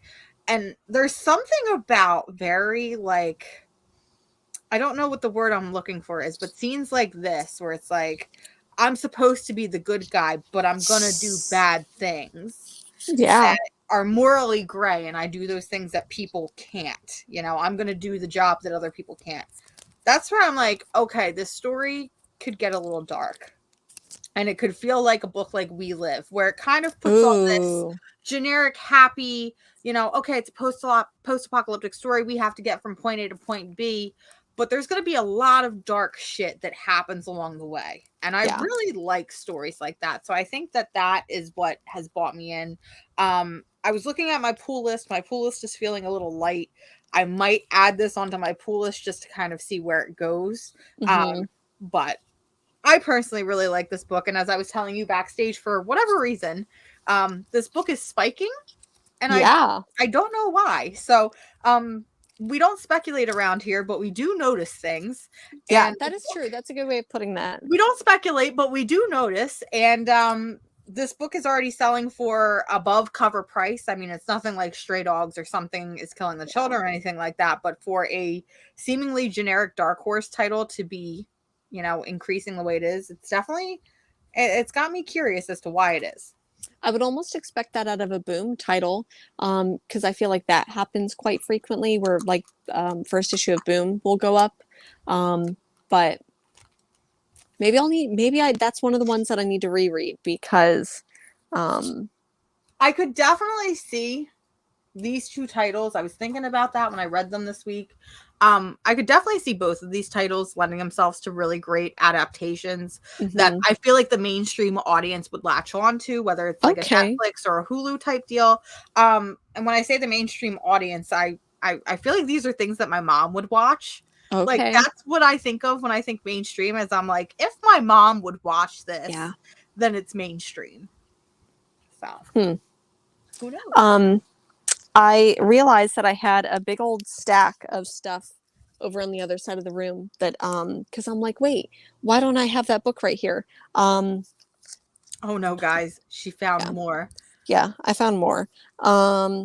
We haven't had a chance to talk. I think this was one of your favorite books last week. Am I getting my weeks mixed up? It's possible. That was from a while ago, actually. That was a couple weeks ago. Okay, so then never mind. But I know you have feelings about it. I do. You asked me if I had picked this one up, and I'm like, I think that's what it was. It's from 3 weeks ago. You picked it up and really liked it. So then last week I picked it up, and I liked it in the sense that I like Peter Milligan. I really liked the artwork, but this is one of those books that I really did like it, but it features some things that I don't like in books that we mentioned earlier, that I feel like uses it as a plot point for revenge. I feel like what do you call it? What's the word I'm looking for? A hypocrite. I do. Ooh. I feel like once you said that, I was like, damn, you're right. And it made me kind of reevaluate it. I think I got lost in the It's a It was still badass. a really good book, It was like, though. it's a badass pirate queen, and I really like her, and this is everything I wanted out of Pirates of the Caribbean. And Yeah. I think that's where I got a little sidetracked. I'm gonna try to go back and read A Man Among Ye and Mhm. see if that gives me the pirate feels that I wanted. But I don't know. This one's published by Bad Idea, so if you can't find it, it's probably That's why. because your shop doesn't get it. So don't worry too hard if you can't get this book. Mhm. Um, I another only book. have one book left. Okay, I'll try to blow through some of these. Um, another book that I picked up, Mamo number 3. Really good series. Wish it was an original graphic novel. It's basically like millennial witches trying to solve problems. It's cute and it's like an adventure story. I like it, but I do think that it would lend itself better if it was um, An OGN. an OGN, especially if it was oversized because the artwork is just, to me, it's beautiful. I love the colors in it. So I do wish that like it was a big old book. Um, some of these books I couldn't get into. Search for Hugh. Hmm. Didn't really love. It's published by Aftershock. It was all right. Um, this one is called Lester of the Lesser Gods. Was really weird and wacky. It felt like Scumbag meets heavy metal, and Mm. I actually kind of liked it. It's really weird. It's published by Albatross, but it's just a one shot, so it's not going to be anything else. It was just one of those like entertainment reads, I guess. I also picked up Cinnamon number 2. Did you happen to get this one? My fucking shop didn't order it, and I yelled at them, so now it's coming in. Okay. It was really cute. It was really adorable. One of the better Behemoth titles. Not saying The much, but only good Behemoth title. What are you talking about? well, speaking of Behemoth, now I don't know where I just put it. But I did read another book this week, called Nobody's Child. Did you have you didn't you said you only have one more No, book, so I'm done with Behemoth. They have me okay. on Cinnamon, and that is it. Okay. Nobody's Child is actually really interesting. I think it's set in this like kind of post-apocalyptic dystopian future of Africa where there's Ooh, one our theme this week is the dystopian. yeah. But there's this one last white rhino that's left, and apparently the white rhinos can help cure like every disease. So this one man is basically tasked to save this rhino, or protect this rhino because everyone's trying to get after this rhino. So So he's hear trying to me save it. out. So Hear hear me me out. out. I know you don't play video games that much, but I you don't. basically just described The Last of Us, but with a rhino. Got Oh, it. okay. So then maybe that's my in for The Last of Us, because I've never played that before. Um, DC, Marvel. Okay. Um, this one is another Bad Idea book. It's called Monster Kill Squad. Hmm. It is exactly what it says it is. It was kind of fun. I Who are don't the think creators this. on that one? The creators are Christos Gage, Tomas Giorello, and Diego Rodriguez. Hmm. It was all right, but I'm not going to go and like pick it up. My last book before I know that you get on to your next book, published by Scout Comics. This one was so much fun. It's Mullet Cop. I know this is ridiculous, but it was so Mullet much fun. Cop. It's basically like Judge Dredd meets Paul Blart Mall Cop. I love that. And it's wacky. It makes fun of itself, and it was a lot of fun. It's like the artwork on the front. I know it's just this mullet cop, and it may not look like good artwork, which it's not great artwork by any means, but it was a really fun ride, and I love these weird. I don't know. I really liked it. It's So fun and it's mullet cop. stylized. Yeah. Yep. Try out mullet cop. Mullet Cop. Yeah. So I'm surprised then that you said that was your last book. I think so, unless maybe I have another stack that I don't So know where it's at then, right did now. you not happen to pick up Bountiful Garden from Mad King Oh, Studios? I do have that one. Okay, so she Yeah. should have this one. So fun fact, This is written by Ivy Noel Weir, who actually used to work at my local comic book shop. Really? Yep. So that's a little fun fact there. It's written by her. She also did another book called Ghostly Archival or Archival Ghostly. It's a young adult graphic novel. I can't remember who it was published by, but she did that with Steens. And it was another cute little ghost fun romance story. So sorry.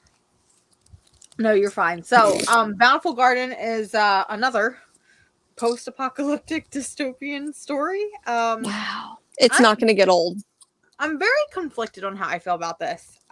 So it's basically these 6 child prodigies who wake up preemptively because I guess they are going to another planet to help re-inhabit and terraform it. Something happens where their ship wakes them all up, and now they are 10 years away from their destination, and they basically have to figure out what to do next. Plot, it's nothing we haven't seen before. I mean, Aliens did it way back in the 1970s. Sentient did it. Sentient did it, yes. This reminded me so much of Sentient by Jeff Lemire. Yep. So this literally felt like a companion piece to Sentient. And that's where some of my problems lie, is because when this book started, I actually had to read it a couple times over because I was struggling on if they were children or if they were adults because of the way that some of the art is. And they were talking about how these are some of the best known, scientists and biologists and architects and yada, yada, yada, yada. And I'm like, okay, so they're adults. If they are they're the world's leading biologists and scientists, they're adults. And then they're like, you children. And I'm like, so they are kids. So I feel like it led to be a little confusing. And I really, really dislike books where it is so unclear in what is happening, whether it's with your characters or your plot or whatnot. I get really frustrated when I have to read something more than once. Like, let me just understand what's going on, and that's the end of it. One of the things I really did like, though, is the lack of names from our characters. So rather than each of our characters having names, they all have titles. So they're called the architect, yep, the botanist, the biologist, that and so forth. So there's little pieces in this that I feel like show brilliancy, but that ending reveal isn't going to make me pick up issue 2. It's not exciting enough for me to pick up issue 2. I might pick it up when it's a full-fledged, graphic novel, but there was definitely some editing that needed to be done with this book. I agree, and I think that it's I think right now it suffers from a market that is full of the point of the show seems to be, as we've seen this week, is that like so many books are coming out right now that are like this post-apocalyptic dystopian, and not that that's a new genre by any means, but I think that books like this need to push the boundaries a little bit more. There needs to be like a plot twist on top of a plot twist, in my opinion. And I don't think that this one did that for me. I would have liked this book to maybe also have been oversized. There were lots of moments where maybe because of the coloring or the artwork, it was, and I understand the point, it's kind of dark, kind of grim. So I do wish that this was colored in that like weird spacey sci-fi bright colors like Paper Girls. And I think that I just visually would have appreciated that a little bit more. I understand like why it wasn't. I really wanted to like this book, but it didn't. It missed the mark for me in a couple ways, it felt like. Mm-hmm. And I definitely say that if you did not like this book, definitely try reading Sentient by Jeff Lemire and Gabriel Hernandez. That sounds right. Published by TKO Comics. It was definitely one of my favorite things that I've read this year, and it is an original graphic novel. Yep. So I think that's all of the indie books that I have, which means that we are an hour and a half into the show, and we haven't even gotten to Marvel and DC. So buckle up, folks. Buckle up, folks. Buckle up, folks. Should we hit it off with Marvel, because we all know I've got some thoughts with DC that might last a little time. So yeah, for sure. Trying to make sure I got everything. I don't think my Marvel and DC pile is separated. I have 3 whole Marvel books this week. I am very proud of myself. 3 whole Marvel books. Three Marvel books. 3 whole Wow. Marvel books. All right. So, was last week we already talked about Dark Ages. So We that did. was 3 weeks ago. Yes. Got it. Okay. Do, do, do, do, do, do, do, do, do. Trying to separate my pile as we go along. Is there a specific book that you want to dig into? There is. Okay. There is. Let's do it. Are you going to be proud of me? I am. I know which one it's going to be now that I think, is it? Okay. It's Trial of Magneto, right? Okay. It's what Jen always wanted, y'all. Jen wanted me to fall in love with the X-Men book, and I did it. I love this book. I love this book so much. Oh my god, I love Trials of Magneto. So Jen will be very happy to know that this is the first book that I read this week. I was that excited that I immediately got home and I read this book. So first I need to thank, who's the artist on this book? Oh, I thought you were going to thank me for finally getting into X-Men. On next week's show, watches Mars binge reads House of X Powers of 10. Never. I need to be strapped to a chair for that. I need an audiobook for that. Record me an audiobook, Jen. Do all the voices. Done. Do me an audiobook.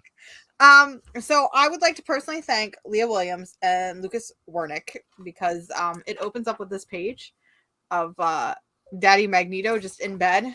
And I really like that this panel just says, "Oh, are you big zooming me?" Oh, I was. Here, I'll do it again. Okay. Hi, Shang-Chi. So I really want to thank, god damn it, I've got a fan on, it's fine. But I really want to thank both of these creators for this, because that first panel specifically says, enjoying the view, to which case I say, yes, I am. Thank you. I appreciate you.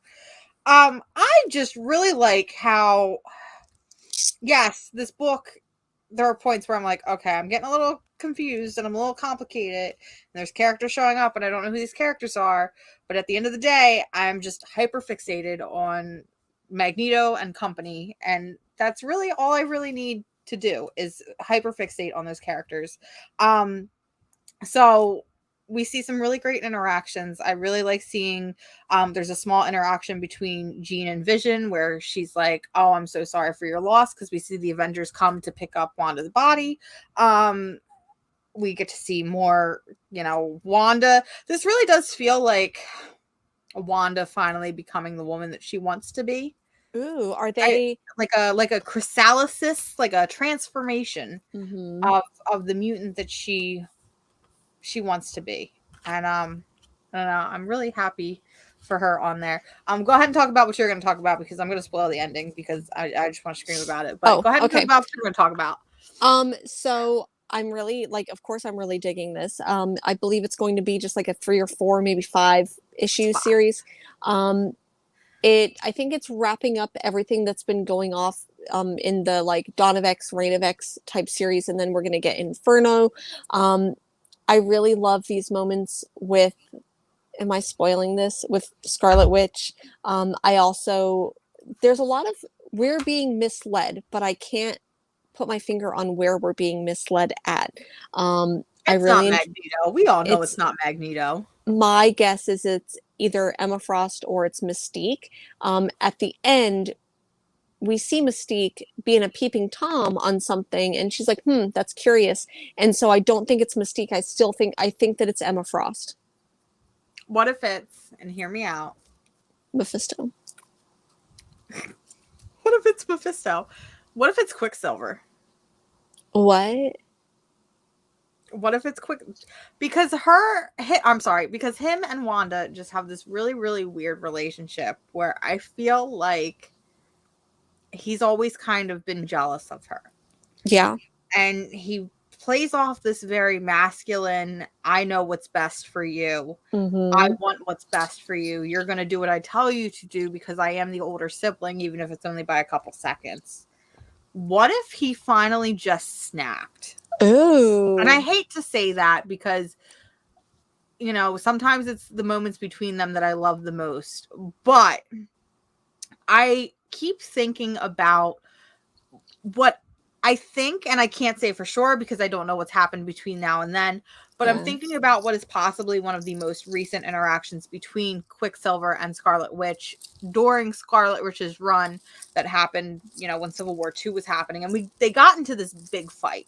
They got into this huge fight where Scarlet Witch basically kicked him out of her house and was like, I'm done. You're toxic. I can't do this anymore. Leave me alone. Let me live my best life. Mm-hmm. What if this is him finally snapping and being like, you know, if you won't let me advise you of what's best for you, then I'm going to do what's best of you. And something happens Ah, where maybe it was by accident, maybe he did it on purpose, but I could see that happening. I don't know. yeah. I could definitely see that happening. But spoiler alert, if you don't want to know the spoilers of the last page of Trials of Magneto, cover your eyes, close your ears, turn off the camera, TV, whatever. I want this framed. Yeah. Oh, I love Here, I'm gonna. it's the little things. Listen, I understand that I am WandaVision trash right now, and that's fine. You're allowed to love things because mainstream media helped you fall in love with those. Don't let anybody tell you different. Because my love for Scarlet Witch right now purely stems from WandaVision, and that's fine Yeah. because I'm realizing what a great character she is and their love and whatever. I really hear me out. I want this book to go to second printing because Marvel likes to do this thing where they take panels and they make it their cover. Marvel, Mm. give me a second printing of Trials of Magneto 2. Make this your cover. I will buy 4 copies. Yeah, I'm just really happy for her and him and them. So to answer your question, yes, Wanda is dead, and that's why Magneto is so sorry, spoiler alert. Wanda is dead. Or she's been She murdered, died. and that's why Magneto is on trial for her murder. However, in the end of the first issue, we did see where Wanda is in this like dreamlike state where she's like, what's going on? Where am I at? And then she comes back even more. But this is where I think this is where I'm like, could it be Mystique? Because I'm like, Mystique could be playing as her.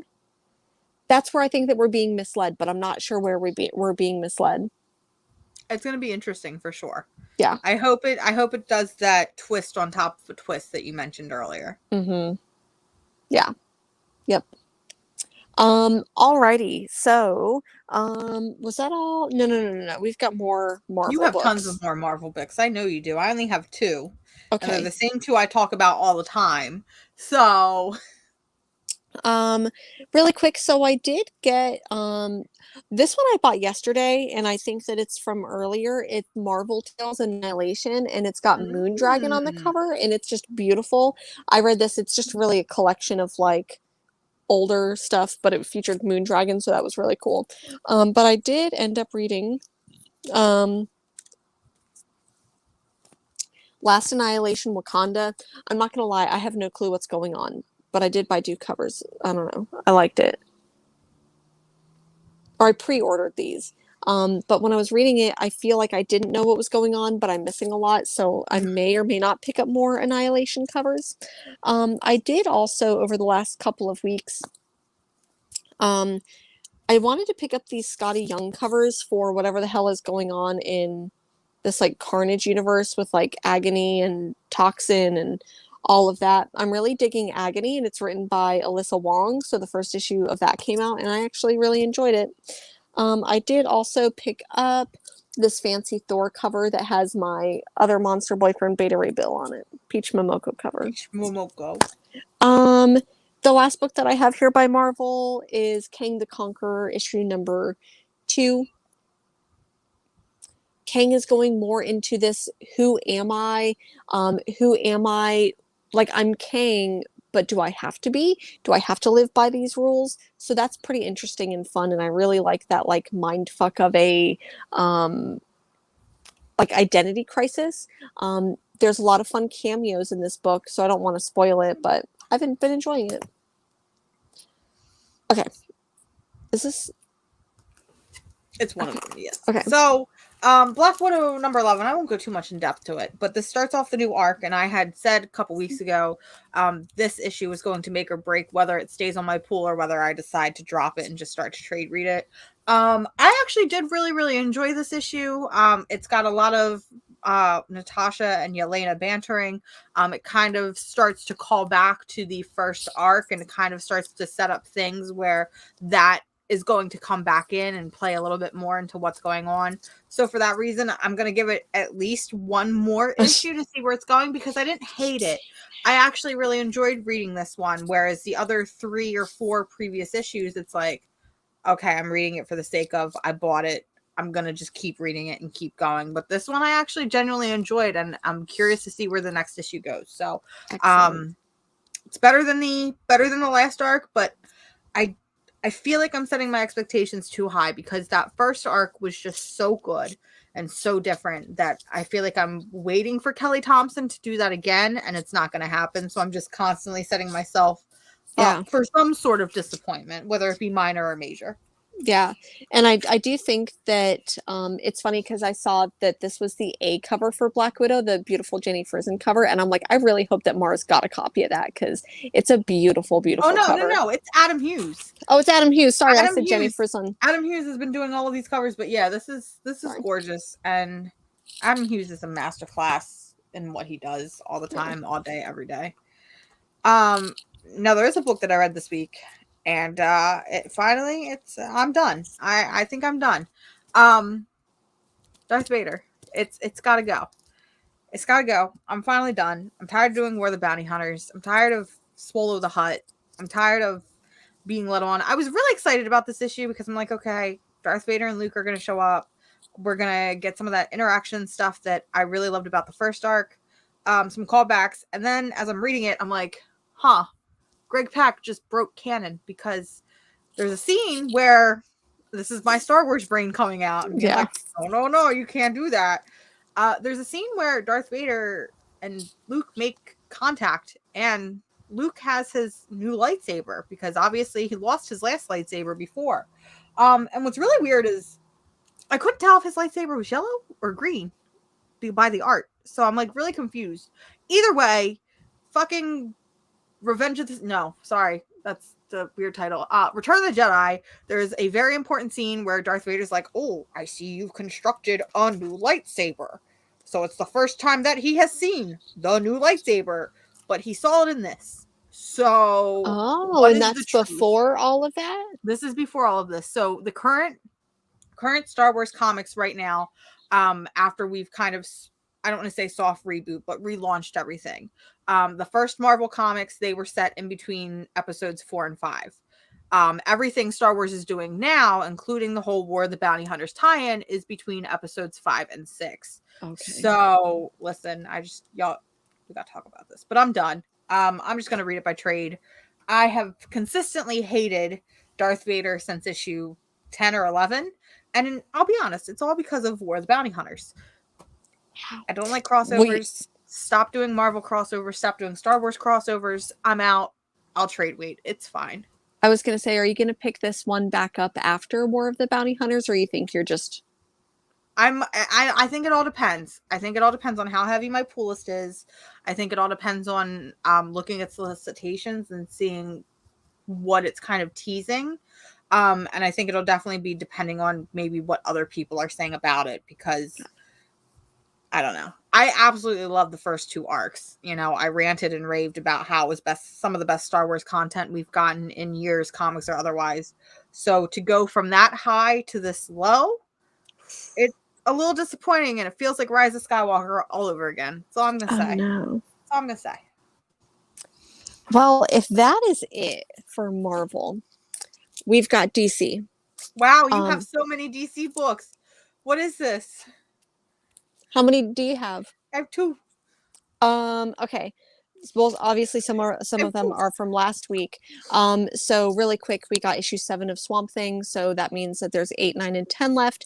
We only get a pinch more Amanda Waller, but we do get some really, really good moments with Swamp Thing, with the Levi Swamp Thing. And we also get these really good moments with Chemo, the Suicide Squad character, which I really love. I thought those were kind of precious at the end. So Anyways, did you read Nice House on the Lake? I did. Okay. I did. What are your thoughts of Nice House on the Lake? Was it nice? Was it a house on the Was it nice? lake? Was it a house on the lake? This was a heavy issue. Um, Yes, this it was a fucking was. heavy issue. Every time I read Nice House on the Lake, I'm like, okay, I'm bored. I'm gonna drop it within the first like 2 pages. And then I continue to read it and it sucks me in. I'm like, oh fuck, this is actually a really good book. Mm-hmm. So in Nice House on the Lake number 4, we learn that there is a new gimmick with the house and with Walter, where Walter is basically alien Amazon Prime, where he gives all of these people a book and says, write down what you want in the book. And it'll And be just it'll be there. magically delivered. And they, from what I understand, they find this out through some trial and error, at least because the kitchen pantry has slowly been Depleted. not restocked. It's been depleted.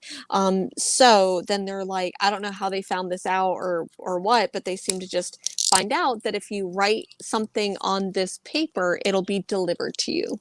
And if you write it on a secret paper and take it yourself with your name on it, it will be delivered specifically for you. Yeah. So I'm like, okay, I'm kind of into this. This is kind of interesting. We get to see this one scene where it's kind of just, it's very brief, but it's the idea that somebody was staying outside at all times, to kind of catch who's dropping off these packages. And she falls asleep and we get this kind of dialogue where it's like, we never see who drops them off. They're always just there. And it's them trying to slowly figure out what is going on with this house, because it feels like both for the characters and for us as readers, the rules are constantly changing. Things are constantly evolving. And I really like that mystery behind it. And so, sorry, part of the mystery in this too that has been kind of revealed to us is that I forget which character it is, but has been going around asking people, how did you get here? Like, did you take a flight into here? Did you drive here? And no one seems to remember how they got there either. It was just they got the invitation, they showed up there, but they don't exactly remember if they took a flight in, if they drove, whatever. They just know that they packed some bags and then got there. And I don't want to spoil it because I think that the third quarter of the book is really what was like, oh shit, what is going on here? But it does get very dark. We do get introduced to some themes of suicide, and things like that, because you are trapped in a house believed to be that the end of the world has happened, which, can I be honest with you? I don't know if the world has ended. I really, at this point, You don't know. I don't think that the world has ended. I think at this point it is a sort of social experiment where Walter has taken his, 12 friends, trapped them in this house with some mystical, magical, alien tech. We're going to find out at the end of, what is it, issue 10 or issue 12, at the end of the series, we're going to find out that Walter is just a TV executive producer, and that it's really just been the Truman Show. It's the Truman Show. It's the Truman Show meets Big Brother meets Apocalypse, and that's basically going to be it. They're going to be like, gotcha. Yeah, no, I could definitely see that. This book is just so weird, and it feels like every issue in itself, while they are all connected, every issue seems to follow its own theme. So last issue, it was somebody going out into the woods and trying to discover, and map out this place. This issue, we really focused on aliens on Prime and, where these packages are coming from. And then it leads to the discovery of something new to the house upon that last page. And it just makes me wonder, how much more can we go? Because every time you think we've explored this theme, we've explored that theme, what more can there be? And yet Tiny Onion manages to do it. So I definitely think this is one of his best works. I feel like after the hype of issue 1, the hype for it has slowed down, which makes me sad, because this is a really, really great book that I feel like a lot of people are now once again overlooking. Yep. One of the things in this book, and I want to talk about it very gently, is that it does talk about issues of suicide, issues of depression, and there's a particular character in here. So part of the in order to get something that you ask for, because you have to like write it down on this paper, you have to do it and no one sees. So this particular character, like, the guy who's going and like bringing in all the packages that get delivered, and they make jokes that it's like alien Amazon. So they keep saying like, "Hey, did you get something? Hey, did you get something?" Like, "Oh, you haven't gotten anything yet." And we find out that on her pages, she keeps writing her husband's name on it, and they keep saying like, "Well, did you write it? You have to be really specific." And so she's like, "My husband, my husband, my My fucking husband with husband, this name, yeah. my this is like, first name, first and last name, first." And so we see that, and we see that she's incredibly depressed because she doesn't have her husband anymore. And then we find out that she basically just wants a way to end things, that she's kind of at that point. She's done. So this, I think, has been the most emotional story so far, which is surprising because at the very beginning of it, it's basically just dick jokes at the beginning of this issue where they're like, "I'm gonna jump in naked to the pool and I'm gonna hang Yeah. some dong," which I like appreciate. Like I appreciate a good dong hang, but The tone definitely shifts. the tone just it shifts, and that's what I really appreciate about this. So let me see here. 10. So there is going to be 10 issues, and this is issue 4. So I think that they're going to stop at the next issue. I think that what we're going to see in the next issues, we're going to see a pretty big cliffhanger. That's going to be like the arc where it ends. I guess they're going to collect it and then they're going to start again. So there's going to be a little bit of a hiatus. So I would highly recommend, if you haven't done so, please pick up the first 4 issues, and Definitely then next month pick up the 5th. Yeah. And then I like the comment from Manic23 that says it's an amazing book. It feels like you're stuck in there with them, and you do. And I think a lot of that comes from the fact that every issue we sort of see the supplementary content. So like for this particular issue, we see the actual lists as they're being written. The previous issue, I believe that we were seeing his sketchbook as it was mapping it out. Kind of like what we see with a lot of these Aftershock comics in their first issues, where they give us like graphs or fun little things that kind of set the tone for the issue. We get with every issue of Nice House on the Lake. And I think it is that kind of immersion that makes you feel the way that it does. Yep, I agree. I only have, I know that there's a lot here, but I really don't have too much because some of it is like just multiple covers and some stuff that I didn't read. But last week Black Manta came out. It's a very, very, like, it's one of 6. I like what it's doing. I think that it's a fun story so far. Done by Chuck Brown and Valentine Delandro. And then I got this cover, which I think is just absolutely beautiful. So I did pick that up. For some gosh darn reason, I pre-ordered Batman Fortnite. I don't know. Don't ask. And then I did pick up Batman 89 issue 2. I didn't read it though.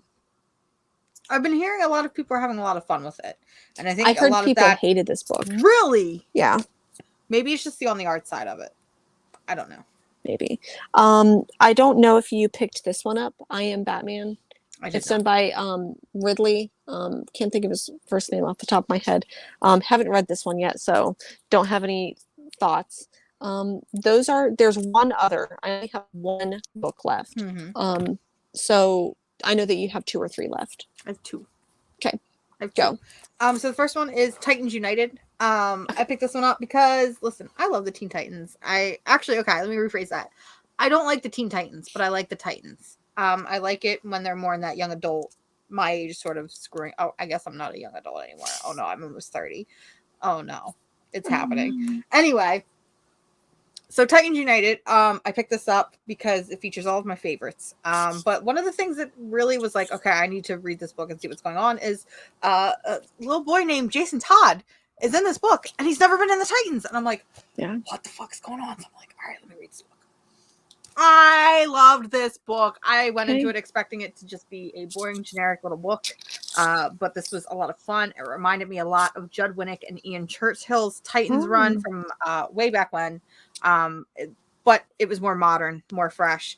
There's a lot of really fun jokes in here between the characters. There's this scene between Superboy and Red Hood that is very gay. There's actually a couple scenes where they're very gay. Yes. And I'm like, Y'all are literally doing this right to my face. Just make him gay already, you cowards. But I really like this book. This book was really funny.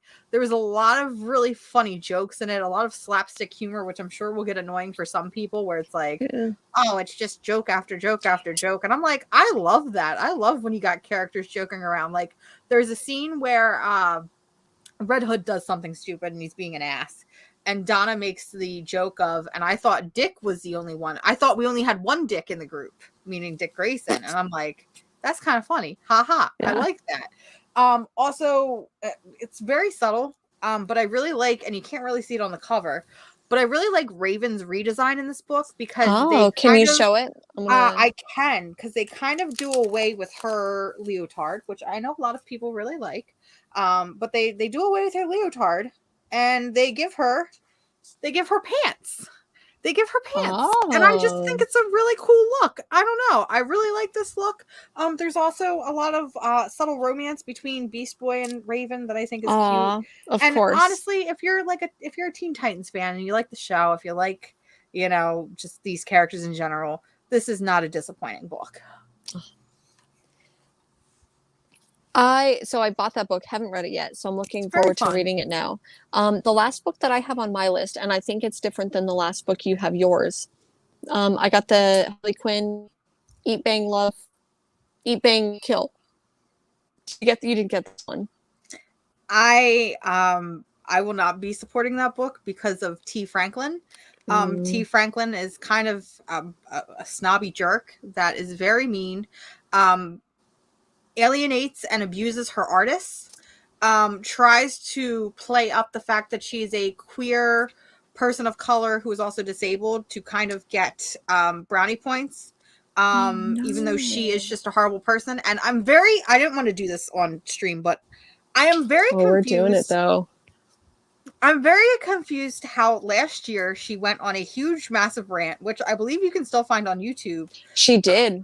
She went on a huge, massive rant calling out DC Comics and how racist they were, calling And out creators creators. like Scott Snyder and how She was racist he like, is.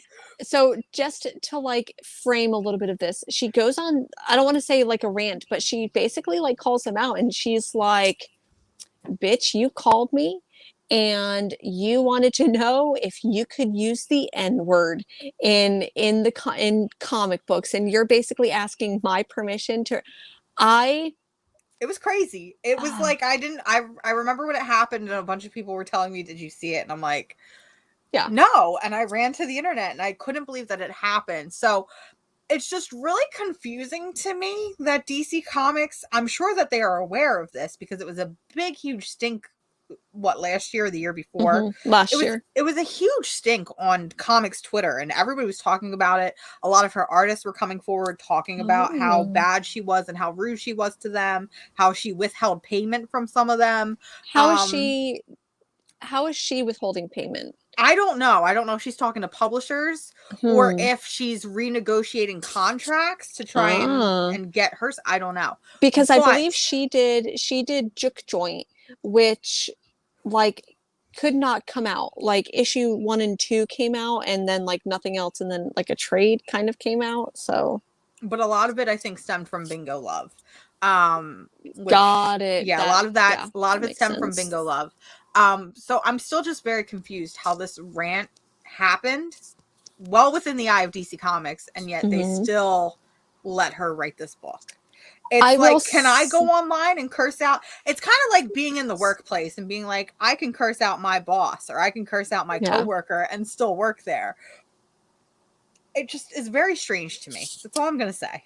It is, but I would also say from not necessarily, I don't want to be like, well, she didn't do this, but I think that um, maybe DC isn't listening to those other people and she has a louder voice. So Maybe. she has a louder voice than the other people who, like, had issues with payments or whatever.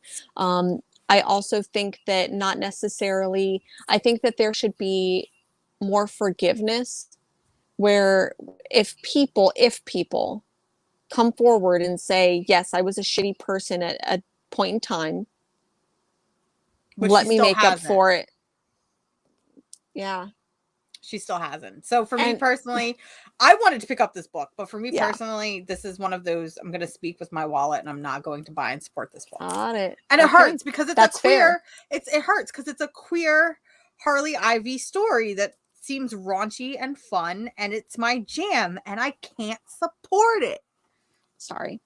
It's fine. I supported it. I did it. So how was it? I did really enjoy it. I feel like I would know a lot more if I watched the show, but I haven't watched the show. There's even like one of those like little like editor snippets that's like, watch the show already. I don't know if I'll ever be watching the show, but It's a it good was show. really It's cute. fun. I think that, you know, you see Ivy going through these moments of depression and Harley, like comforting her. So I really did appreciate that. I love the gay babies. You've got one more book. I do, and I think it's the moment that everybody's been waiting for. I've been waiting for it because I know the creator. It's funny because you're like, I just can't go and talk shit about creators, and I'm like, we do that literally every week. Oh my god. I want this to be prefaced that no money was spent on this book. I read this book in my local comic book shop. I was one of those people that stood there and read it. It's fine. It's whatever. For research purposes, because the way that you were with Casual Fling, that's me with this book, but I think worse. Okay. Last week we saw the release of issue 2 of Suicide Squad Get Joker, which is a Black Label book by Brian Azzarello, who we know at this point in time is my arch nemesis. I'm gonna take a sip of water because I feel like I'm gonna black out on this rant. I really do. I gotta prepare myself for this violence. Hold your butts, Brian Azzarello. Holding my butt. I'm done. I'm coming for you at this point. I can't. We're done. There's no more being nice. I have never read a book that feels more degrading, insulting, racist, rapey, you name it. Everything that I could possibly hate about a book is in this book. So issue 1, we saw premise of the book, Jason Todd's on the Suicide Squad. Okay, great. It's a premise I've been wanting for years. I even wanted to do it myself. I need this book. Cool, great. Don't want Brian Azzarello on it. Jason Todd has his own Suicide Squad. Joker fucking finds Amanda Waller, kills Amanda Waller, now has control of the death box that flicks a switch and boom, your head pops off. Okay, shit's going down. I don't like that she killed Amanda Waller, but shit's going down. This book starts off with Brian Azzarello romanticizing the Joker, and I'm fucking tired. He has been romanticizing the Joker for literal fucking years. We saw it happen in his book with Libra Guillermo, the Joker, where he romanticized the fuck out of that maniac freak. There is no way, if, ands, or buts, that we can make the Joker a relatable character, B a shining white knight, a simp, a fucking incel, if you will. Yeah. There's no way to give a character like that forgiveness, and yet it feels like every time we turn around, Brian Azzarello is trying to do it. And it calls me back to a documentary that came out from DC Comics years ago called Necessary Evil, where it was an inside look into all of the villains in DC Comics. It is currently live on HBO Max. I definitely recommend watching it because you do get some really cool insights to how these creators look at these characters. But it reminded me of these long spiels that Brian Azzarello would go on talking about Joker and why he's the best villain in comics, which, okay, that's not an uncommon opinion. Yeah. But it's the idea that Brian Azzarello would romanticize him and call him this white knight and this shining armor. And how? Okay, so there's... Sorry. No. Go ahead. I think that what it is that at one point, I think a lot of us identify with villains, right? Like I really love Magneto, so there's going to be points where like I identify like Magneto was right. But I also think that certain villains will be written a certain way where it's like, do we identify with them, and how do we identify with them? Do we turn more villainous, or do they turn more relatable? And I feel like sometimes either way you don't win. Sometimes you have to realize that this villain that you idolize is a villain for a reason, and we need to either stop making the villain so relatable, and we also need to stop making the villain more evil and do more atrocious things, especially, I don't know, when it's bad writing. It's bad writing. So that is scratch number one. So scratch number 2 is the story continues along. We're trying to figure out what's going on with Joker has the boom box is what they call it, and we actually learned that Amanda Waller called it the steering wheel, and I'm like, okay, that's actually, I like that. That's nice. I'm gonna take that. That's cool. So that's the whole plot of the book, is now we're trying to get the steering wheel back.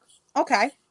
There's this really weird conversation between this black character and a white character where he's talking about how, and this is the white guy talking about how it feels like, why is every black superhero named Black whatever? Black Manta, Black Lightning, Black Canary, which, first of all, Black Canary in the comics isn't even black. And you should know that, Brian Azzarello, because you wrote the worst Black Canary we've ever gotten last year. So you should know this. And then there's this conversation where one of the characters is like, oh, it's the whiteys that are doing this. It's the whites. The whitey? Are we in 2004? Oh, I was going to say, are we in 1970? Exactly. It's a really weird and very racial depiction that I'm just very uncomfortable with, especially when I know it's coming from a white writer who has done this time and time again. We then flash to another character named Meow Meow, which is a weird character that we saw in issue 1. We learned that her gimmick is she's got this weird mouth thing where she kind of has teeth and a weird tongue. And we get questioned as to why she was in Belle Rev. And she simply leads off with, oh, I was prostituting. And that's it. It's left at that. And it's like, okay. And she's like, well, some men have really weird kinks and really weird fetishes. So, it happens. And I'm like, okay, what the fuck is going on? It gets even worse because our Suicide Squad, and remember, Harley Quinn is also on the Suicide Squad. They end up at a nightclub.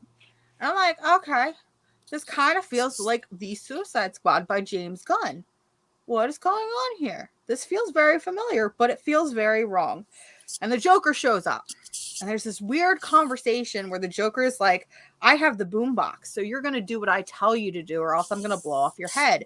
And he looks at Harley Quinn specifically and demands that Harley Quinn gets on stage and strips for him in front of the entire club. And it's like, if you do not do this, and this is why I didn't tell you, so we could get live reactions from you, tells Harley Quinn, if you do not strip for me in front of everybody, I'm going to kill you and all of your friends. And so Harley Quinn does. And Harley Quinn is degraded in front of everybody, while members of her team, might I add, go up and are talking about how she's the hottest thing they've ever seen, and proceed to put dollar bills into her thong. And then the series ends, the issue ends with a full page splash of another Suicide Squad coming in to save the day. Jen, it's the James Gunn Suicide Squad team. So it's Bloodsport, Peacemaker, Rick Flag wearing the bunny t-shirt. And I'm just like, how dare you? How fucking dare you? If Brian Azzarello is listening to this, listen, I don't fucking encourage violence, but at this point, I want to get into a bar fight with this man because I'm beyond sad. I am beyond livid. I am in this weird emotional conflict because it keeps happening. He keeps getting jobs and he keeps getting away with it. I'm going to say something and I need to preface it because I know a lot of people out there are going to be like, oh, that's a good thing, right? Brian Azzarello is the modern day Frank Miller. And it is not in a complimentary way. It is in scum of the earth. Stop writing comic books. There is a reason, because I did this research backstage. There is a reason why Marvel Comics has never hired this motherfucker. And that's because he is one of the worst writers to ever exist. Stop letting Brian Azzarello write women. Stop letting Brian Azzarello write people of color. Stop letting Brian Azzarello write anything. And at one point, he even uses the word queer as an insult. I forgot to mention that. At one point, they're in a club, and Jason Todd is like, we shouldn't be looking at Harley like this. This isn't right. And one of his teammates is like, what are you, some kind of queer? What are we in? What year are we in? Are we in 2021? Are we in 1972? Are we in 1999? Are we in 2004? I'm tired. I am so exhausted. Please help me. I'm going to have a fucking brain aneurysm. I'm very proud of myself because I managed to do that in 13 minutes, and I probably could have done it in like 40. I really appreciate that. I wasn't going to buy another Joker book, um, but that sounds like this stupid, like, and I read a lot of stupid shit. I might actually go back, hear It's me just out. insulting. I might actually go back and reread Casual Fling to get the taste out of what you just described out of my mouth. That's where I'm at. That What if I sounds told you it stupid. had artwork by Alex Maleev, and Alex Maleev is drawing all of this? What? See, that's my thing is that I don't get because like we can put a lot of blame on the writer for sure, but this had to go past the person who read this script, the editor that it was pitched to, or the people that it was pitched to. The writer had to do it. The letterer had to do it. Like all of y'all are complicit in writing the dumbest shit. Like it's, I understand that like edge lords out there everywhere are like, this is gritty and this is dark. And, you know, the same way that um, the same way who people who support like that edgy comedy, like, oh, you can't censor comedy. Like we can still take like tell our racist jokes. I feel like those are the same people who are going to like this book and be like, we need comics to be a fantasy of, we need it to be escapism. And it's like, what world are you trying to escape? Because You're in that it. that world was back in 1970, 1980. All that dumb shit was being said, and you're not pushing boundaries whatsoever, people. This book is racist. It is homophobic. It is sexist. It is degrading. Anything that you could possibly think of, this book has it. I'm honestly surprised that this book has not featured a rape scene yet, and I feel like we are teetering Probably issue 3. dangerously. We are teetering dangerously towards that line, and I have to applaud Brian Azzarello for one thing and one thing only, and that is you have consistently wrote the worst book 2 years running, because last year we got his awful oversized Birds of Prey one shot, which again, I actually have a whole video on my channel You do. detailing how racist, how sexist, how queer shitty it is, uh, on my channel. So you wrote that book last year. Now you are doing the same year or the same thing 2 years running. So congratulations. I need you to just hang it up, retire. Let me step in. Let me write this damn comic, because let me tell you, Jason Todd on the Suicide Squad could lead to so many emotional moments and could lead to so much character development, Yeah. especially if you are putting him on a team with Harley Quinn, who is arguably Joker's closest ally. We could get a lot of conflict between those two characters. We could get a lot of conflict between Jason Todd and the Joker himself. And we don't see that. We don't see that at all in this book. This book is gratuitous violence, gratuitous sexism, and like you said, an excuse to throw in these shitty, awful jokes. Yeah. I'm winded. I am fucking Yeah. winded. Oh, I am oh. winded for you. Um, I I'm glad that you did that awful research of reading that. So like I don't have to. I Other took people one. I took choose. one for the team today. You I really did. did. I took one for Every the team. everyone else can choose after listening to that whether you want to read that book or not. If you do, Ugh. don't pay money for it. I don't Yeah. condone. I don't condone pirating. I don't condone stealing. But, you can steal from Brian Azzarello all you want. Well, I was gonna end this, maybe get that like a little bit of a taste out of my mouth by doing a Rose City Comic Con haul of things that I got there.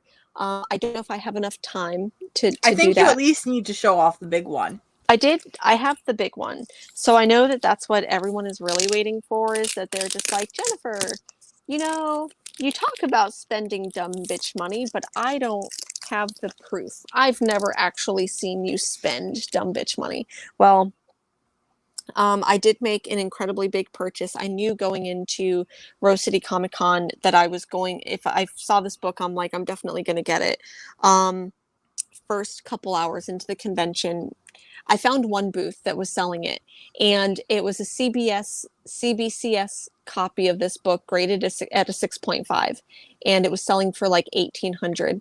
And I'm like, nah, I don't know. I was kind of on the fence, and literally someone comes up to me and they're like, yo, someone else is selling that same book, CGC graded, if you want to come take a look. And I'm like, okay. And so all of a sudden I start following the stranger. And if that is my villain origin story or like my kidnapped story, Your kidnap story. I'm like, this is literally how people end up in vans, ending up missing organs. I'm but sorry, you know, I just imagine without spoiling the surprise, I just imagine a van with memorabilia and yeah. posters and maybe a life-size dummy of this character. And you're just like, okay. Yeah. Okay. Sounds good. So then I end up going to this other place who is selling a CGC copy of this book, lower grade, but it's CGC, for a little bit more. And so end up kind of negotiating. And so I'm like, I don't know, man, this is literally like all the money that I have for the convention. I really want this book though. And he's like, okay, I'll go ahead and I'll put it behind for you. And I'm like, thank you. And literally I walked away from that booth. I couldn't even see anything else. Like I couldn't see any other booths. I couldn't talk to any other creators.